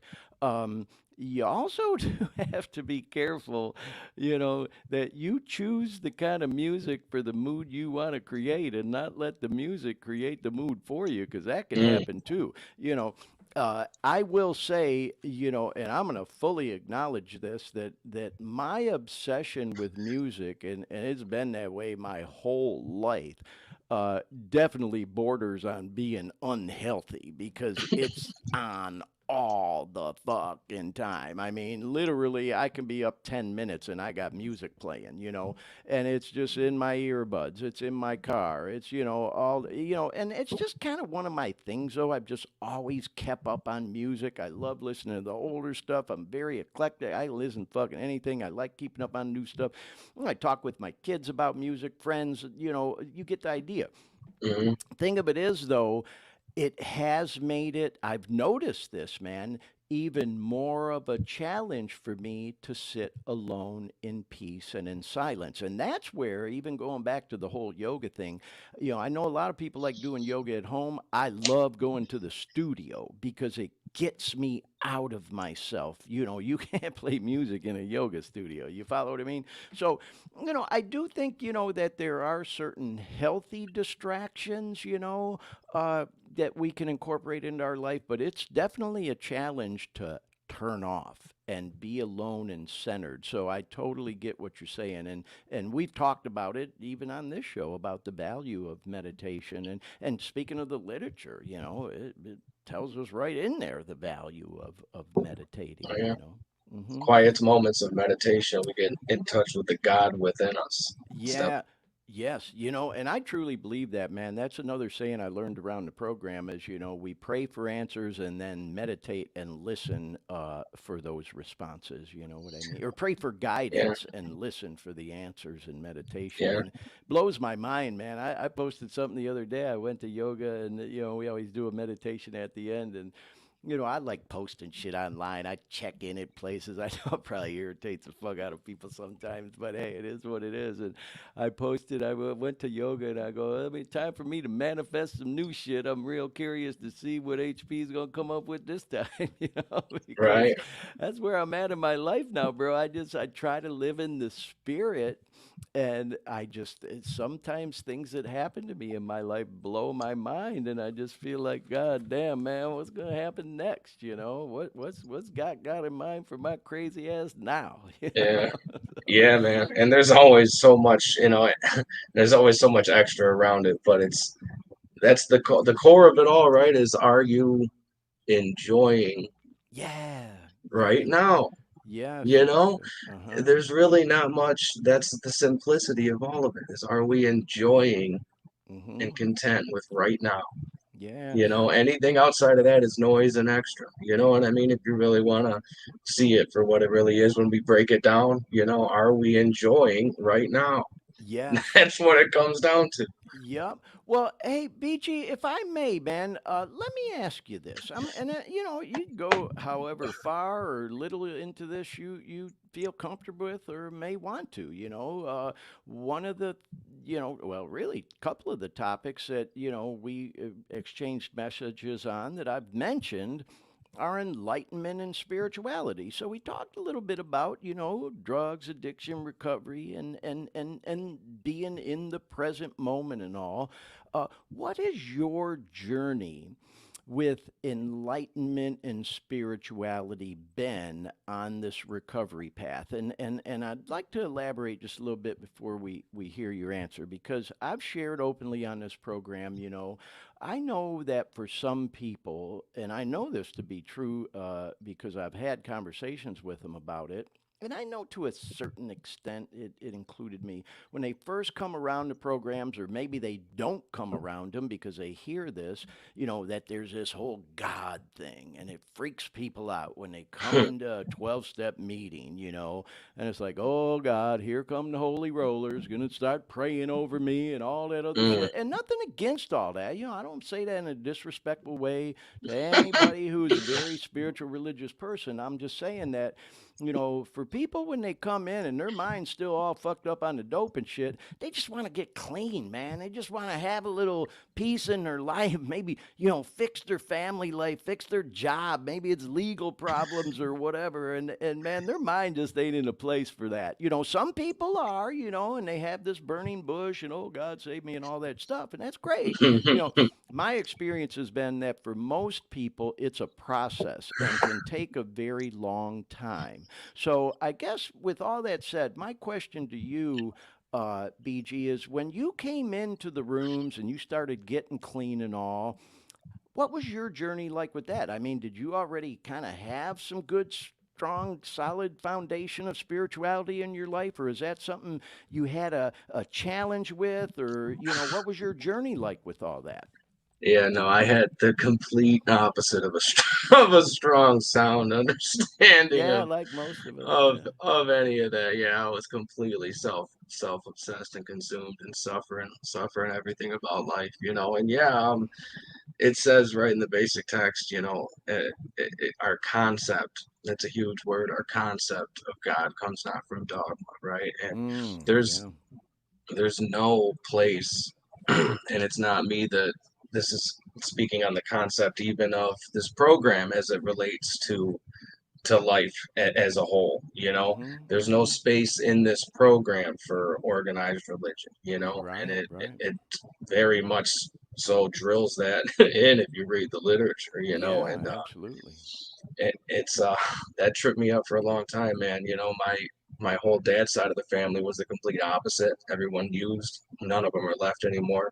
And Mm-hmm. my whole mom's side of the family, the answer to everything was Christianity, man. And I'm not Mm.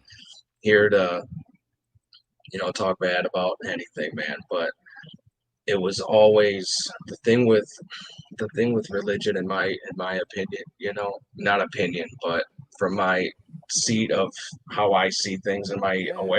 the awareness that I've gathered anyway, it kept me separate from the source. You know what I mean? So Oh, it yeah, was, I do. again, it was still geared same. It's all the same. It was same thing with, as I've been saying, the next level thing. It's always ahead. It's always something outside of myself I'm relying on. And Mm. it's it's a tool that's necessary for a lot of people to get to the place of understanding, as it says in step 11. We get in touch with the God within us. And Mm-hmm. that's Mm-hmm. that's not, that's in the 11th step for a reason. But it's Yeah, the yeah. same thing with, if you take the concept of religion out, what are we praying to? Mm-hmm. you know Mm-hmm. ourselves. You know what I mean? Like, my whole body and my instrument, what I am, is just a way of the universe seeing and experiencing itself. you Yeah, know man, I it's just like like that description, bro. Yeah. it's just like anything else, any other plant or animal or anything else. It's like it blooms when the manifestations are correct, when the circumstances are correct for it to be here. It wasn't, it is, and then it's not going to be again. And we're not separate from the source, Well, you know you what, know? BG, I got to interject right there because you know what, something you said, I've shared on this program, and at meetings, I came to a realization, if that's the correct way to put it, uh, probably about a little bit over a year into my recovery and clean time this time. And I can remember sitting at that East Side Alano Club in East Detroit, and that boy Biber at the table with a bunch of other people. And it just came to me, and I was like, God, because we were talking about, you know, spirituality and HP and the whole God thing and faith and all that. And it just came to me, and I said, oh my God, man, pardon the pun, you know, I said, I've been running around my whole damn life trying to find God, and that motherfucker been right here Mm, the whole time, you know. And by the way, I don't say that in a disrespectful way to any normies watching. You go to an NAAA fucking A meeting, you will hear people say it that way all the time. Man, that God motherfucker right here, you know. It's like we don't mean it disrespectfully. It's just we use very colorful language, let's say, around the program, man. You know, for anybody with them virgin ears, you know what I mean? yeah. You know, we don't sugarcoat shit on this program either, and that's why we put that disclaimer there on the front end. But it's true, bro. You know, I totally get what you just said. I feel like, you know, and I'll say this, BG, and I'm so glad we're talking about this, man, because this is one of my favorite things to talk about. Boy, that boy Shebang will tell you, we've had long, deep conversations, you know, about this kind of stuff, and I have with other people in the program. I love talking about spirituality and enlightenment and stuff, and it's like, there was a time in my life when, and it still creeps back up in there every once in a while, where I will feel pompous saying that God is in me, or you know, Mm, I've been looking around my whole life for him and he's been right here the whole time, or say that God is working in my life. Like, you know, like who the fuck am I? You know, what makes me so fucking special that God is working in my life? But meanwhile, you got all this fucking tragedy going on around the world. You know, the poor 6-year-old girl crossing the street chasing a ball gets killed by a car. You know, the rapes, the murders, the wars, the whatever. Pick your fucking tragedy, you know. And meanwhile, me, this crazy, stupid, fucked up fucking dope fiend, you know, God saved my ass, you know. What makes me so special? And I thought to myself, man, you know, for me to go and profess that at a meeting or anywhere else, I felt like a fucking phony. Who the fuck am I to say that? And then, furthermore, to take it a step further, BG, have felt that way many, many times about other people I've sat across the table from. I never like would say it out loud, but I'd be sitting there thinking, motherfucker, you just shared with us how you were a fucking thief, a dope fiend, did this, did that, but now, oh, God saved you and he's working in your life today, but he don't give a fuck about nobody else. You know what I mean? And so that has been one of my biggest challenges. And I know for many, many others I've had deep conversations with about this, my biggest challenge with faith. And so where I'm going with this, and I definitely want to hear your input on this, bro, is I had to come to a place of just saying to myself, you know what? I choose to believe. I had somebody tell me something once in the program, and this really helped me. And it doesn't even necessarily explain it away. What he said to me was, Glenn, you can come up with every fucking excuse under the sun not to believe. You know, even that boy Brian, who I know you know, he told me once, Glenn, you got to quit trying to intellectualize this shit. You can't do it. Get the fuck out of your own way, man. You're your own worst enemy on this shit. You can't think your way through this. These are answers that none of us will ever really know. Hopefully, if we live our life right or whatever, we might get the answers on the other side if there is another side, you know. But the point I'm making, the way I got past feeling like a phony is by saying I choose to believe. And then, like I was alluding to with all those tragedies, I had a guy say to me, Glenn, when it comes to your faith, just remember, none of that shit had anything to do with you. Okay? You don't know what that was all about. And that has nothing to do with your faith. Okay? And so again, that almost might sound like an excuse or a cop out or whatever. When I really internalized it, I had to say to myself, well, he's right. It doesn't really have anything to do with me personally in my journey in my faith. So to get past that feeling of feeling like I said, like a phony, to say God is right here and he's working in my life and all that, I just say I choose to believe. And my faith is actually quite strong right now, BG. It fluctuates, I think, like anybody in life, at up and down at different times of my life, depending on my mental health, my physical health, my fatigue level, whatever the fuck, my level of working on myself. But right now, my faith is pretty strong. But anyway, I know that was a lot of information I just kind of threw out there and threw at you. But, what's your thoughts and feelings on all that? I mean, have you had them similar struggles, and what did you do to kind of get past that and come to peace with it? Yeah, I mean, everything's a flow and an up and down, right? It's not always going to be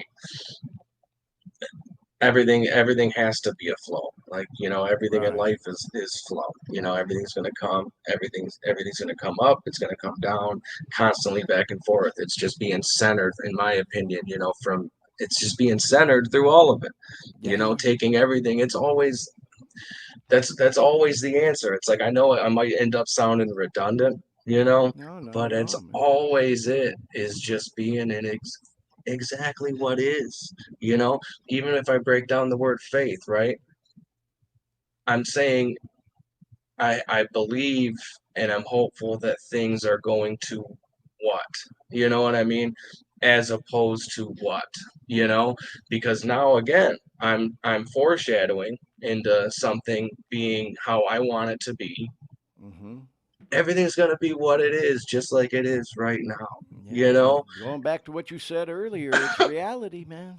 Yes, it Yeah. always it's like there's even words, words and language, the concept of language, like it takes us further away from the source of the awareness of right now. Mm-hmm. Anytime I even speak or anybody, you take a concept of a word, we hear a word and it means something. It takes the magic out of all of it, out Mm. of out of the whole existence, that we don't have any idea of how any of this is even happening. You know, I hear the word bird, and I know what to imagine. Now I think I understand it. So I Mm. lose all magical wonder of what that actually is, because Right, now I right. think I have an intellectual grasp on what that thing is. I Yeah. don't, that is Right. just as, for lack of a better word, again, just as miraculous and as anything else, and that's what it makes concepts in general, makes us lose our wonder of what is, and the wowness of what is, Mm-hmm. and Mm-hmm. it's what it always comes back to, is here and now and myself, Right. which isn't separate from the source. I mean, everything outside of that is speculation, concept, and noise, that's Noise, really man. Isn't that true? A lot of noise in a this. lot of a lot of trying to explain and articulate and get around to, again, right now where I was, just with a different sense of awareness. If life is a continuous here and now, you know, then the time is even completely irrelevant, right? I mean, it's just been a continuous here and now flowing with what is, Mm. you know, and it always comes back to my awareness, man. If I'm seeing clearly and I'm aware and I'm present, which is just reality, I can't have anything to worry about. I can't be suffering anything. It's physically impossible. Yup. It's impossible. Mm-hmm. And that's like I've said to you before, outside of this, is these tools, man, of imagination and memory. And if we Yeah. don't, I'll speak from experience, not knowing how to use those or being even aware of what those are will wreak havoc on my present Yeah. without me even knowing it, you know and that's what separates us, our level of consciousness, from other things, is this imagination and this memory, man. And they're incredible tools if I can use them right. If not, they're going to use me, Mm-hmm. and they're going to dictate how I feel and what I'm experiencing inward. If I'm not taking my inward, you know and using those tools, to reflect and dictate the outcome, outside of me, then they're going to work opposite and they're going to run me internally. Wow, bro. I just got to say, man, what you just said is so much deeper than appears on the surface, BG. And I can't, well, no, really, man, I can't thank you enough for saying it the way you just did. Because, like I said earlier, just when you think you know it all, you hear something new that, that I certainly will be able to apply. And you use the words imagination and memory, so fucking powerful in regards to what we're talking about. And that if we don't take those things and harness them and use them and utilize them in a positive fashion, they'll fucking take control of us. I've never heard it explained that way before, so I can't thank you enough, man, because it's true. When we're talking about the past and the future, that's really what we're talking about here with imagination and memory. I got some fucked up memories from my past, dude, like anybody does. I got some damn good ones. I got some great memories, but I got some fucked up memories too. I'm talking about shit all the way back from fucking childhood trauma and all that other shit we've talked about on this program, that is just reality. Yeah, we want to say hi to Amanda, who just joined in. Amanda in the chat room. I saw you looked over too, man. Hey, welcome to the program, Amanda. And man, we got about a half dozen viewers still watching. We appreciate all of y'all hanging with us and everybody else in the chat room. But yeah, man, if we don't harness those memories and try to, if I can say it this way, when we do trip back into the memories, because I do think some memories are very healthy, man. They're learning experiences. Like I said earlier, God, if I could go back to being a younger man and know the shit I know now, fuck, I'd be a billionaire. You know what I mean? I would do a lot of things different. Not that I have a lot of regrets, because I am where I'm at now. I also will say there's some things I would definitely have done and would do differently, but I can't focus on all those negative memories that fuck with my peace to the point where I get a case of the fuckets and want to go use. And then, like you said, man, my imagination, if I let that fucker run wild and start thinking about the future, now I'm filled with anxiety. Oh God, what if this happens or what if that happens? And like I said earlier, I had a boy tell me, God damn, Glenn, you stressing about shit it may never even happen, man. If it does, you stress yourself out about it twice, So when I can use my imagination, how shall I say, constructively in a good way, kind of like what I was saying, going to yoga, meditating, whether it's at yoga or any other kind of meditation, and trying to manifest positive shit, praying for guidance, as we say, listening for that answer. Then my imagination can manifest some good positive shit and not anxiety about the future, like, oh God, what's going to happen, man? So I mean it, bro. I don't mean to flower it up, BG, but I've never heard it explained that way before. And that was so powerful. I thank you and I appreciate you sharing that. And I would imagine our viewers and listeners and anybody else who comes across the recorded version of this program and hangs with us that long to hear the way you explain that will appreciate it too. Definitely some great wisdom you just shared there, man, because those are two very powerful things. And like I said, on the surface, it don't sound as deep as it is. Oh, your memory, imagination. But when you dig deep into that, fucking powerful, man. They can take control of your life and you wouldn't even know it unless you pay attention, So that was good shit right there, bro. That was some heavy shit. And all the more reason, man. I'm just so glad we were able to have you on the show today, BG, because man, I feel like we could talk for hours, Oh yeah. And I'm sure we will more. And on that note, bro, I would love to have you back on the program again at some point down the road. We're 16 episodes in, but I did make a commitment, as I've said on here many times, to do this show for one full year. And then, as we're coming up on that year, I'll kind of gauge it, see where we're at with it. Like I said, I know it's a lot of work doing this.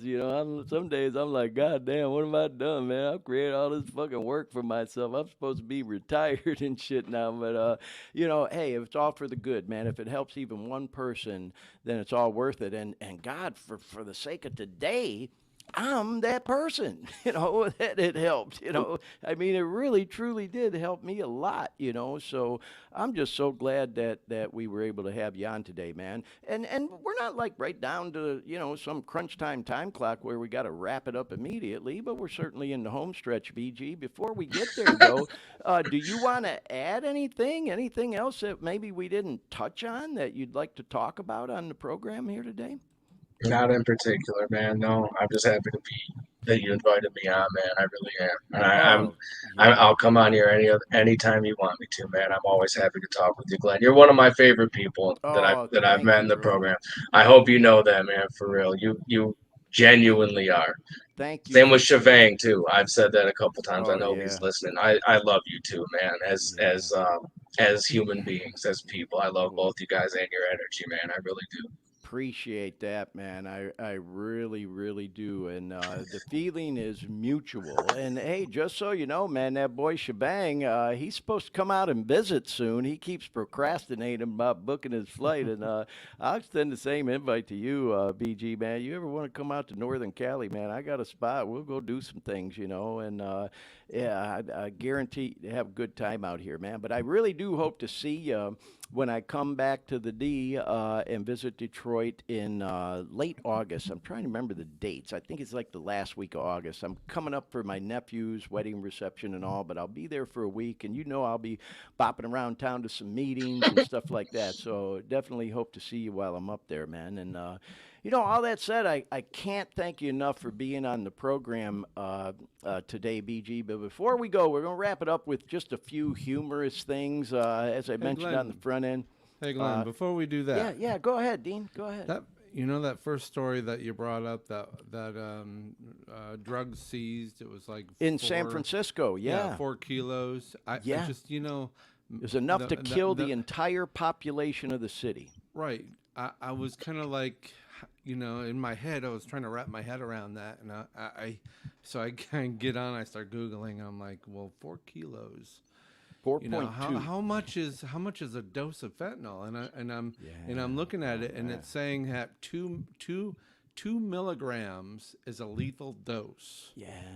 Yep. And there's 1,000,000 milligrams in a kilo.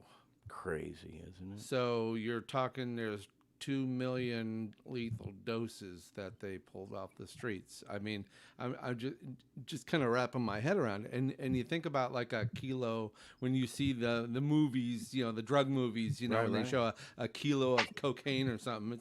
It's like a bag. It's like a brick, to have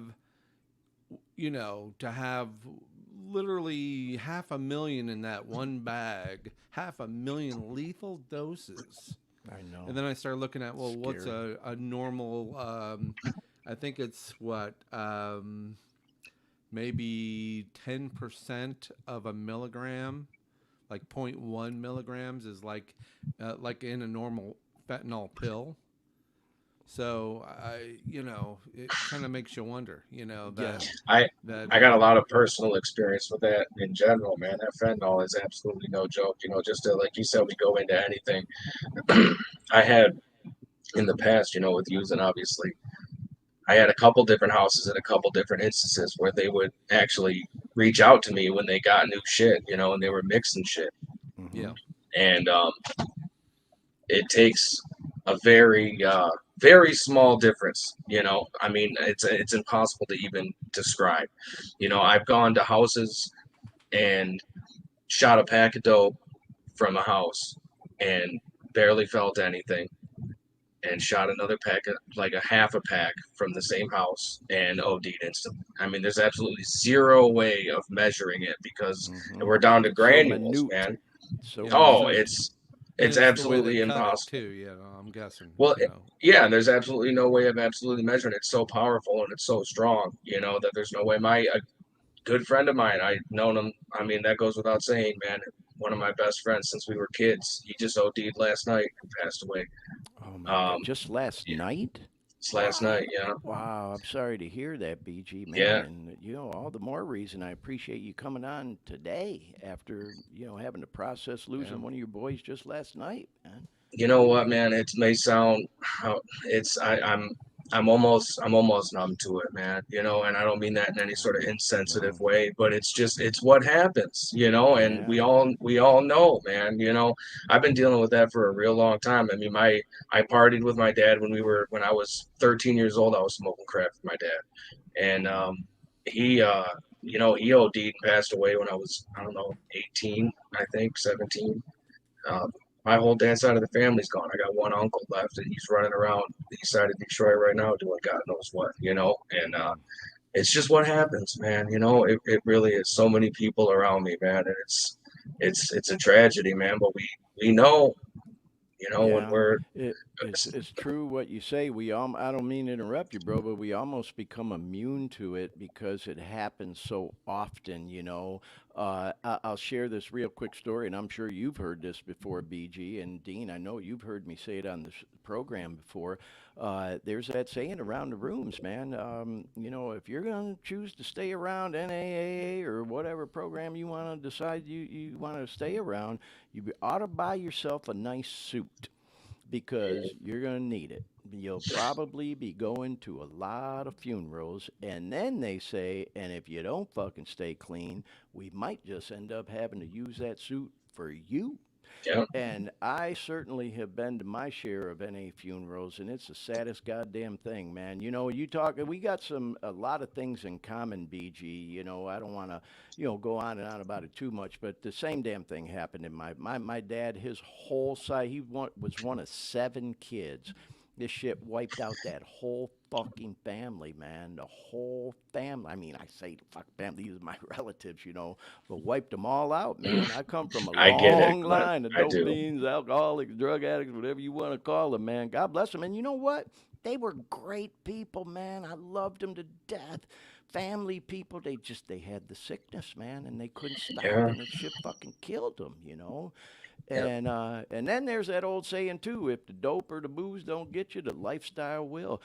Dean, going back to what you said, bro, there's a picture out there on the internet. I bet you guys have seen it, and our viewers and listeners probably have, where someone takes a penny and they put the amount of fentanyl on this penny right above, is it Lincoln's head, that shows the a little bit amount of fentanyl it takes to kill somebody. And it goes right back to what you were saying, BG, you look at this fucking picture and you think to yourself, how the fuck could you even cut that up enough to spread it through a pack, to fucking distribute it evenly or whatever? Oh, You can't. all So right. what you Here, said here. makes sense. It's like I'm gonna you could. try and share this picture Oh, real you got the quick because picture? Okay, yeah. you say that, and I had to Google it. Okay, So yeah. Show this let me picture, man, let me 'cause show this screen it here. just reiterates This is everything BG was just saying. all You know, right. Boom. Look at there the you go. penny. Yeah, yeah. Look at that's a Look penny. at that. That's all That's it a lethal takes. dose. That's a lethal dose of fentanyl. Now, how you gonna cut that up enough and spread it around in a pack to evenly distribute it? You you can't. can't. And so it just goes to show what you said, BG. You can do one pack and it's like you don't even fucking like, damn, this is some shitty ass dope. And then you do another pack and it fucking kills you because Yeah, you got amateurs trying to mix this shit up in the kitchen sink, to use that phrase. And mixing it with other shit to make you feel like you're getting more. Oh, the And trank, the xylazine, or whatever the yeah. fuck. Yeah, this is it, man. And so, yeah. you know, I hear people say all the time, you know, they're they're cutting stuff with fentanyl, and they are, you know, other things that it's not supposed to be in. But in Detroit, people are buying fentanyl. You oh know, yeah, they're that's what they Yeah. that, want. that's what they want. It's not that they're like worried about the dope being cut with the fentanyl. They want fentanyl. They're Yeah. buying it by the pack. Yeah. Yeah, isn't that crazy, man? It's insane. So there again, if I want to say this. If we have a viewer listener who stuck with us, or maybe just picking up the program now and what we're talking about now, when I was dope sick, and really, man, especially there at the end, that last year or so, man, I would get so sick sometimes because I'd cop and then I'd burn through whatever the fuck I had like that. And then all Yeah. of a sudden I'm dope sick again, hoping something else would come in, or whatever. And there were times when I came across some shit that I knew they were fucking fake pills. I'd take one look at them, go, ooh, man, this shit don't Yeah. look like the real deal. These are some pressed fucking pills. And my sick thinking was so fucked up. It was like, close enough. You know what I mean? and, Yeah. and all it takes is something like this. And that's why I say, y'all, I don't mean to compare bottoms and say I was any better or any worse than anybody else. Point I'm making is I just feel like I'm living on borrowed time. I'm just grateful to still be alive because, Man. man, you talk about your boy dying last night. You know, me and Shebang had to talk about this once, BG. Sometimes, you know, for some of us in the program, it's a real thing where we almost feel like survivor's guilt. Like, how the fuck, how am I still alive when so-and-so or so-and-so and so-and-so is dead? And I I was was doing the just same fucking thing or worse, you know? Yeah, I was literally just talking about this morning. I said anybody who reached out to me about people that that go back to childhood with me dying, it's nobody would have ever guessed, that if anybody was going to go, it was me. I mean, everybody in my family was ready for it. It was just what was going to happen. I mean, it got to the point where I'd OD and nobody was showing up in the hospital. Nobody's coming to the hospital when I OD'd. It was another overdose. I was ODing all the time. You Right. know, um, yeah, man, it's everybody was prepared for it. And who'd have thought? You know, Yeah. Yeah, well, you know what, BG, it just kind of, as you were talking and thinking about everything I just said too, and Dean, I appreciate you bringing that up so we could just elaborate on this a little bit more, is that it all kind of comes back to me about this whole fucking stigma attached to, addiction and just doing this show and what we're talking about, kind of like what I said earlier. The more taboo the topic, the more I want to fucking talk about it on this show. Fuck all this stigma. Oh, we don't want to talk about that. Nope, nope. What? Too many people are dying, man. And this shit affects every family. Like me and you just talked about, BG. We got a lot more in common than I think we even realize, man. This shit wiped out one whole side of my family. Wiped them out. hmm Man, I'm trying not to get emotional talking about it. It's been years that a lot of them guys are gone, but I still get emotional about it because that's part of my history and growing up, talking about them memories that, I try to channel in a positive way and not, there's that old fucking Hank Williams Jr. tune, carrying on a family tradition. That was like my theme song for a while I was using, and I really felt like hmm that was gonna be my story. Like I'm just fucking gonna burn down like they did. And thank Oh yeah. God I was able to pull myself out of it again, and hope I never have to fucking go back to living like that again. You know what? And so at the end of the day, man, it all comes down to all the things we were talking about on the show today, and I appreciate BG too that in the front end, man, we asked you a little bit about drugs and addiction, and you said, you know what? We don't really need to go there. I fucking used, and you elaborated on it a little bit just here in the last 5-10 minutes and all. But, it ain't always all about the war stories. It's more Yeah. about the things we talked about on this edition of the show today. Once you take the dope away, hey, we all know how to fucking use. We all Yeah. know them war stories. We all been there, done that, bought the T-shirt, no matter which level. Sometimes we come into rooms and, I was talking about this at a meeting the other night. Some of us try to act all gangster and shit like, oh, I was using in this trap house or I was using in that Yeah. hood or with these people or whatever. Bitch, it don't fucking matter. It's all the same shit. If you an addict, you an addict. I don't give a fuck if you got high on Park Place or Park Bench. You sitting in this fucking room now with us, ain't you? So it really don't matter. It's like now that you take the dope away, going back to what we said earlier, that boy Louis says, what are you recovering from? What are you Yes. going to do I about say it it. now? I say that all the time. I say I quit using every time I ran out of money.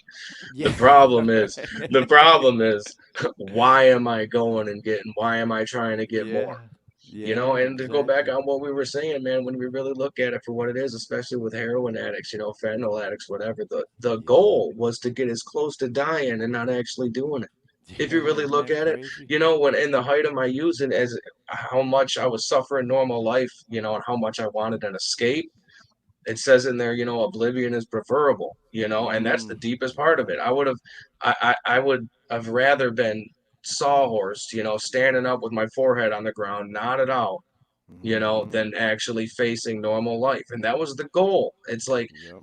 being on this side of it now and looking at it, that's what it was. It's like I'm trying Mhm. to, every single pack of dope I shot, I was trying to get as close to actually dying as Yep. possible without actually going there. And that's absolutely insane, Yeah. it's insane.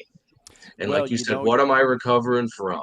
you You mentioned know? that word in the basic text, oblivion. Whew, what a powerful word that is, man. And yeah, that's unfortunately what we're all trying to get to when we're caught up in active addiction is how far can I go without going all the way? And man, there's that one tune. What's that Van Halen tune? I always think about it when I hear that lyric. I've been to the edge and I stood and looked down because that's how I always think about using when I hear that tune because that's how I feel the way you just described it, man. I have taken myself right to the fucking edge so many Oh yeah. times, and that kind of goes right back to what I was saying before, that whole survivor's guilt thing. If Shebang, if you're still with us in the chat there, man, God damn, I think about that young boy Colin all the time. I've mentioned him on this show. There's this young guy, BG, that sat right next to me over at that Eastside Alano Club meeting in East Detroit, a couple of years ago now, it's probably been. And man, he just reminded me so much of myself when I was that age because, he was a younger guy in his 20s struggling, trying to get back on track. And couple days later, I was at the same meeting, and they told me he died. He went back out, OD'd on, fucking fentanyl laced dope and died. And I think about him all the time, man. And so Yeah. it's like, God damn, like we say in the program, man, in the rooms, but for the grace of God, there go I. You know what I mean? Could have been me just as easy. And so, just like Simple I said, decision. yeah, and it's just like I said, going back to the beginning of this program, yeah, self conscious when you first start doing a program like this, putting yourself out there. When I first talked to Dean about doing this show, he's like, all right, Glenn, but I hope you know once you ring that bell, man, there ain't no taking it back. And, I had to really sit with myself, talk about meditation, and really say, okay, man, once I do this, that's it. You know, but when I think about these young guys like Colin and your boy last night, man, that's a fucking powerful message just right there, telling us here you are on the show today and confiding in us and share with us you lost one of your boys just as recent as last night to an OD. That takes all any reservations, self consciousness, or whatever a way like that for me doing this show, man. Like I said, if we can help even one fucking person by talking about this openly and just sharing and hopefully being some kind of inspiration to anybody who's trying to get through it. Or I'll also say, BG, we have a lot of viewers and listeners I hear from all the time. I get DMs and messages all the time of people who are like you and I, who are very active in the program. I know we got people in the chat today who got quite a bit of clean time who appreciate what we're doing here and what we talk about. And so, again, man, I can't thank you enough for being with us today. And Dean, thank you again for bringing that up, man. Because yeah, man, this fentanyl thing, it ain't no joke. And I don't mean to keep going on and on about it, you guys, but I will say I mention it on this program a lot that this fucking opiate epidemic, it's been around for a long time, man. This ain't, nothing that's getting any better. A lot of people, sometimes they think it's getting better. It's kind of falling on the back burner or whatever, but it's getting worse. It's not getting better. It No. keeps getting worse. Like I just showed earlier, that news story for the month of May, the city of San Fran had their highest fentanyl OD rate ever on the in the history, of tracking this kind of shit. So I'm glad to see there's things going on, programs like what we talked about in the news. They have crackdowns on certain areas. They got to do something. This innovative program in Detroit where they're doing these mobile intervention units. That's good, I think, and I'm just glad there's stuff going on like that. But again, going back to us, even with this show, man, if this show is little, just one fucking podcast out there on the internet, but if we can get through to even one person, it's all worth it. And I certainly think we talked about some things on the program today that can be of help and inspiration to anybody who might be struggling or just trying to continue to live clean and sober. So, BG, thank you again for being on the show with us today. Anything else you want to add, bro, before we wrap up? Well, sir, I think we just about covered everything, man. Just for We anybody did. still struggling, like you said, man, it's you got to give it a shot. Got to give it a shot. You know, I know for me, I was in and out for years. You know, and last time I was in treatment, I was around the same type of people that I've been around since kindergarten. You know what I mean? I always found myself with that group of people. You know what I mean? And I know Oh, people I can know. relate to that. I always found myself in that center, and I always did this and it had the same result over and over again. And the repercussions got greater, of course, you know. Yep. But I had this moment, even in, and the last time I was in treatment, I'll say I had no intentions of staying clean. I was in there because I had, you know, a few charges in a couple different places. And, you know, I knew what to do. You know, I got a history of drug abuse. I got a history in the courts. But of course, you know, it's like I'm struggling. I'm trying, you know, let me get my stuff together a little bit. You know, I'm sorry. I'm in treatment, blah, blah, blah. You know, try to minimize the consequences as much as possible and then go out again. Sure. And, Yeah. and I genuinely told myself, I'm going to stay clean for a year, no matter what. And if the juice isn't worth the squeeze, I can always go back to using.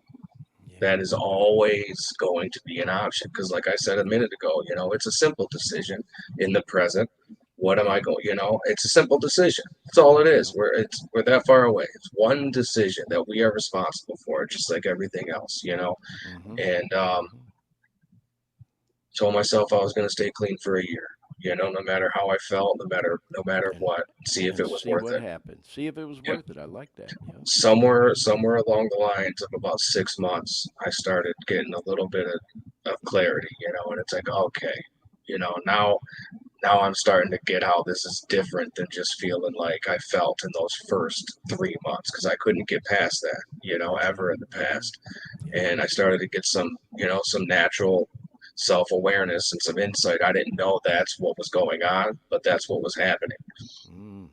And process. Yeah. yeah, for sure, man. So for anybody out there that's back and forth, in and out, can't struggle to get a day or can't struggle to get any more than 90 days, you know, because I'm coming up on 3 years now, and it's my first 6 month key tag ever. You know, I've never gotten to 6 months before. I got drawers full of white ones, orange ones, green ones, you know, but could never get any further than that, you know. And that's what it took, man, was just being patient.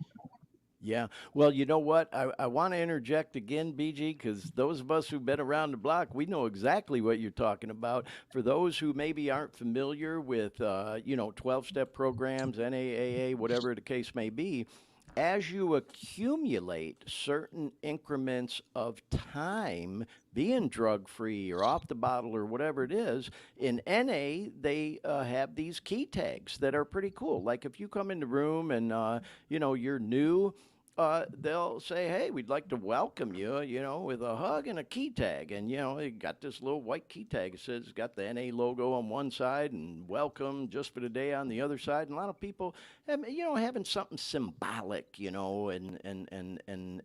something tangible like that is kind of cool.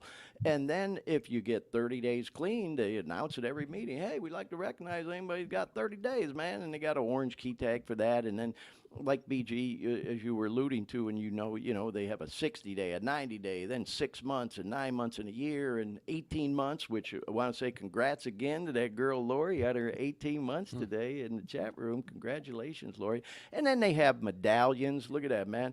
I happen to have, speaking of, my 2-year medallion sitting right in front of us, man. There's my NA 2-year medallion, you know. So yeah, I keep that thing right there as a constant reminder. And then of course, you know, in the AA program, they have chips and NA, or it's key tags, and other programs have other things. So when BG was talking about having a drawer full of key tags, you know, that's one of the sayings in the program is keep coming back, man. Keep coming back. I mean, look at my story, you know, without getting into, you know, rehashing my whole long story again. I've been coming to NA and 12-step programs a long time, but I had a couple horrible relapses, y'all, you know.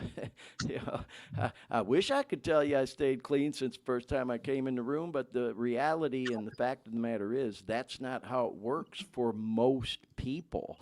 If you're lucky enough, like me and BG have been, to survive it, you keep coming back until finally you know come to some kind of understanding, a realization of like, holy fuck, man, you know. And then you see other people that are living it and realize there is another way. And then sometimes, you know, like what you described, BG, you know, we'll say, all right, let me give this shit a try for and see how it goes, you know. And then all of a sudden you realize that, hey, man, you know, this is a pretty good life. I got a little peace in my life now. Man, especially, I'll just say for me, you know, I don't speak for nobody else, you know, because I've kicked a lot of different shit over the years, man. There was nothing worse than kicking them fucking opiates, man. That was the worst thing I ever been through in my life, man, is kicking them.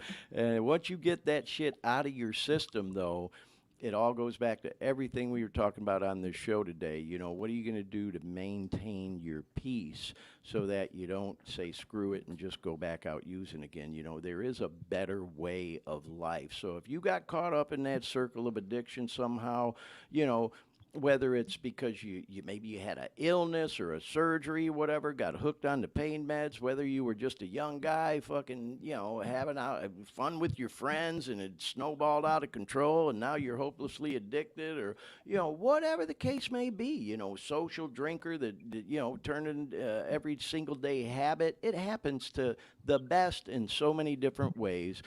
Has no boundaries. There's no discrimination. Black, white, Puerto Rican, old, young, fat, short, gay, straight, doesn't fucking matter, man. It affects every family and every segment of society. You know, there's no boundaries when it comes to this addiction shit, you know. And so if you're looking for a way out, hopefully, if you came across our program, we provided some kind of hope or inspiration for you here today. But like I said earlier, before we wrap up, we always kind of like to do it on a little bit of a humorous note because let's face it, man, we talk about some deep shit on this program, and we definitely got deep on a few things today. So I follow all these different things on social media like anybody else. You know, I got a lot of friends that like posting memes and they post funny things all the time. And so my niece Beth posted this past week, and when I saw it, I literally had a belly laugh because I had never seen it before. So I messaged her. I said, oh, I got to show that on the podcast Sunday. So for those of y'all, of course, know the Ice Cube movie where bye Felicia, you know, he's sitting on the porch. Friday. Yeah, Friday. Then he said unto Felicia, make haste with thy departure, you know. So that's a good one. Yeah, she said this one never gets old. So, you know, taking a hood rap movie, you know, all about dope fiends and turning it into this old school way of saying so long, Felicia. And then what was the next one? Here, I'll go ahead, go to it. Okay, and I thought this was kind of good, especially based on some of the conversation we had today. You know, the best way to become enlightened is to argue with people on Facebook. Man, oh man, and I'll tell you, you know, I'll be totally transparent, y'all. I'm not proud to say it. I have been in Facebook fights with people before.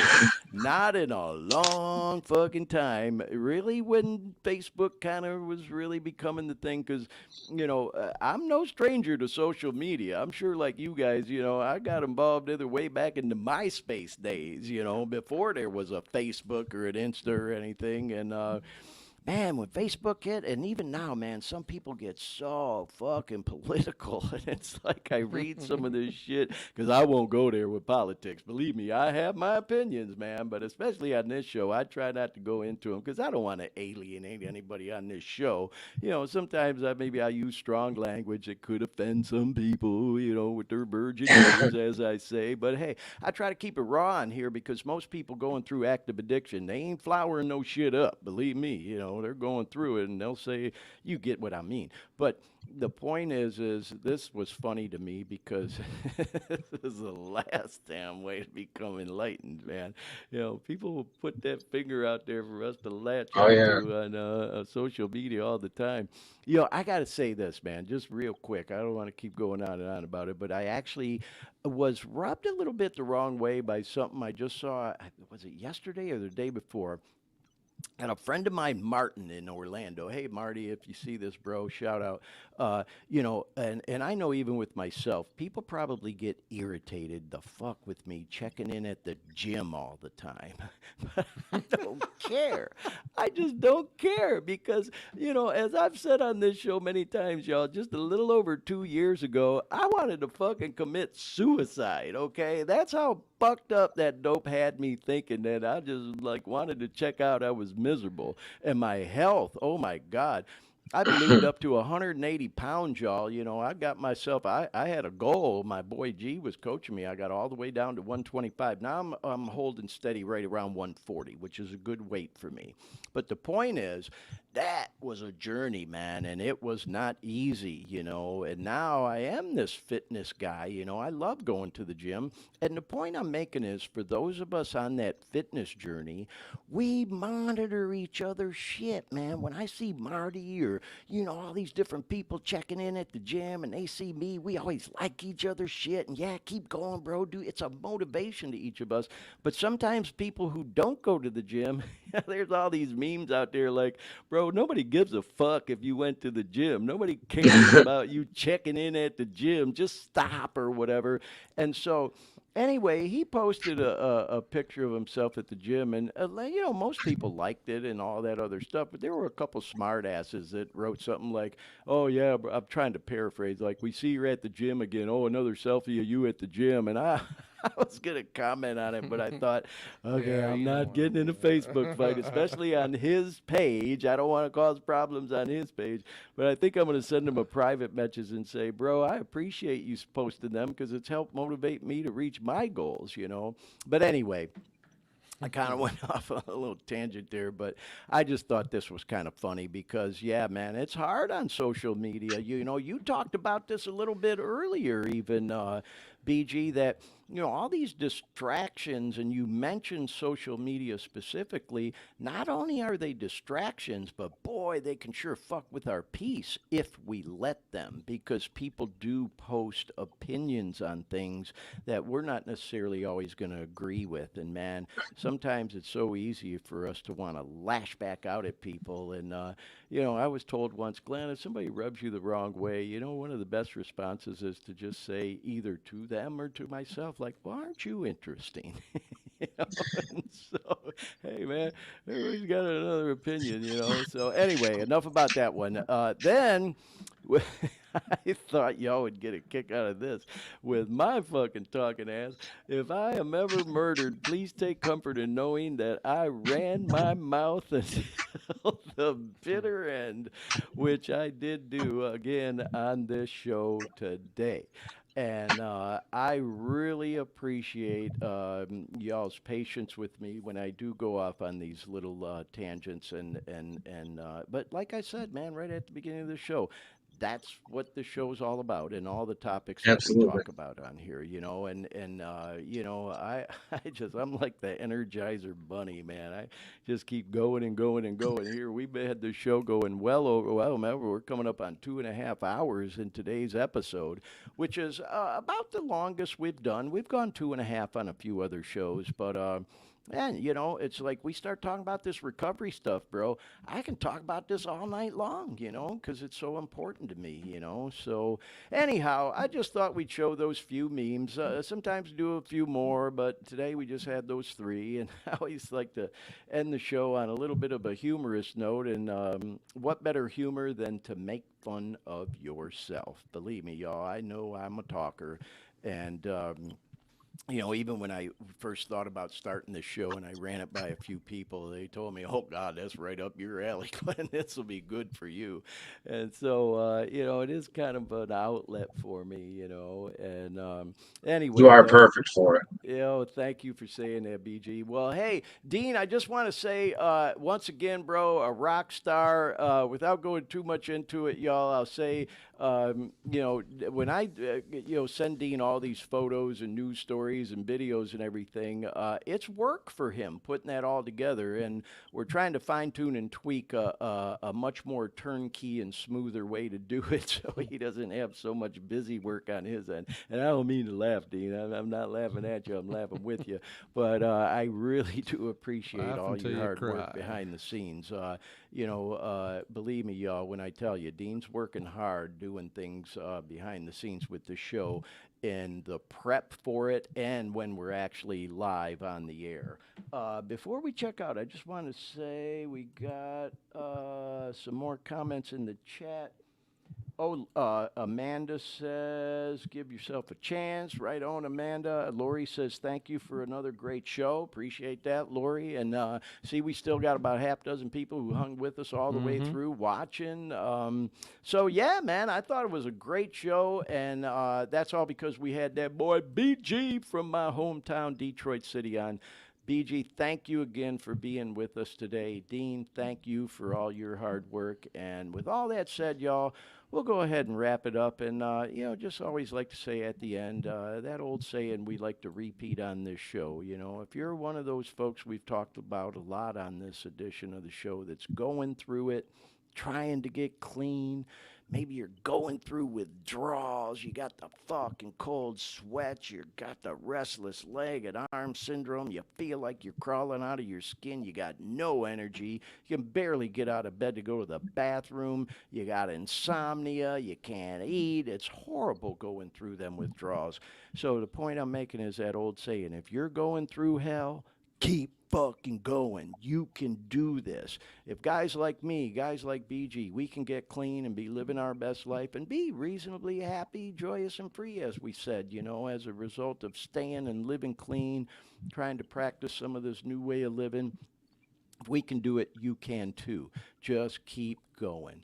And so with all that said, yeah, if that's you, keep fighting the good fight. We'll talk to you next week. Friendly reminder, we're hoping to have that boy Mike Woods on next week. He'll be a great guest as well, y'all. So have a great week, and we will see you next time on the Dare Me podcast. Good night, everybody.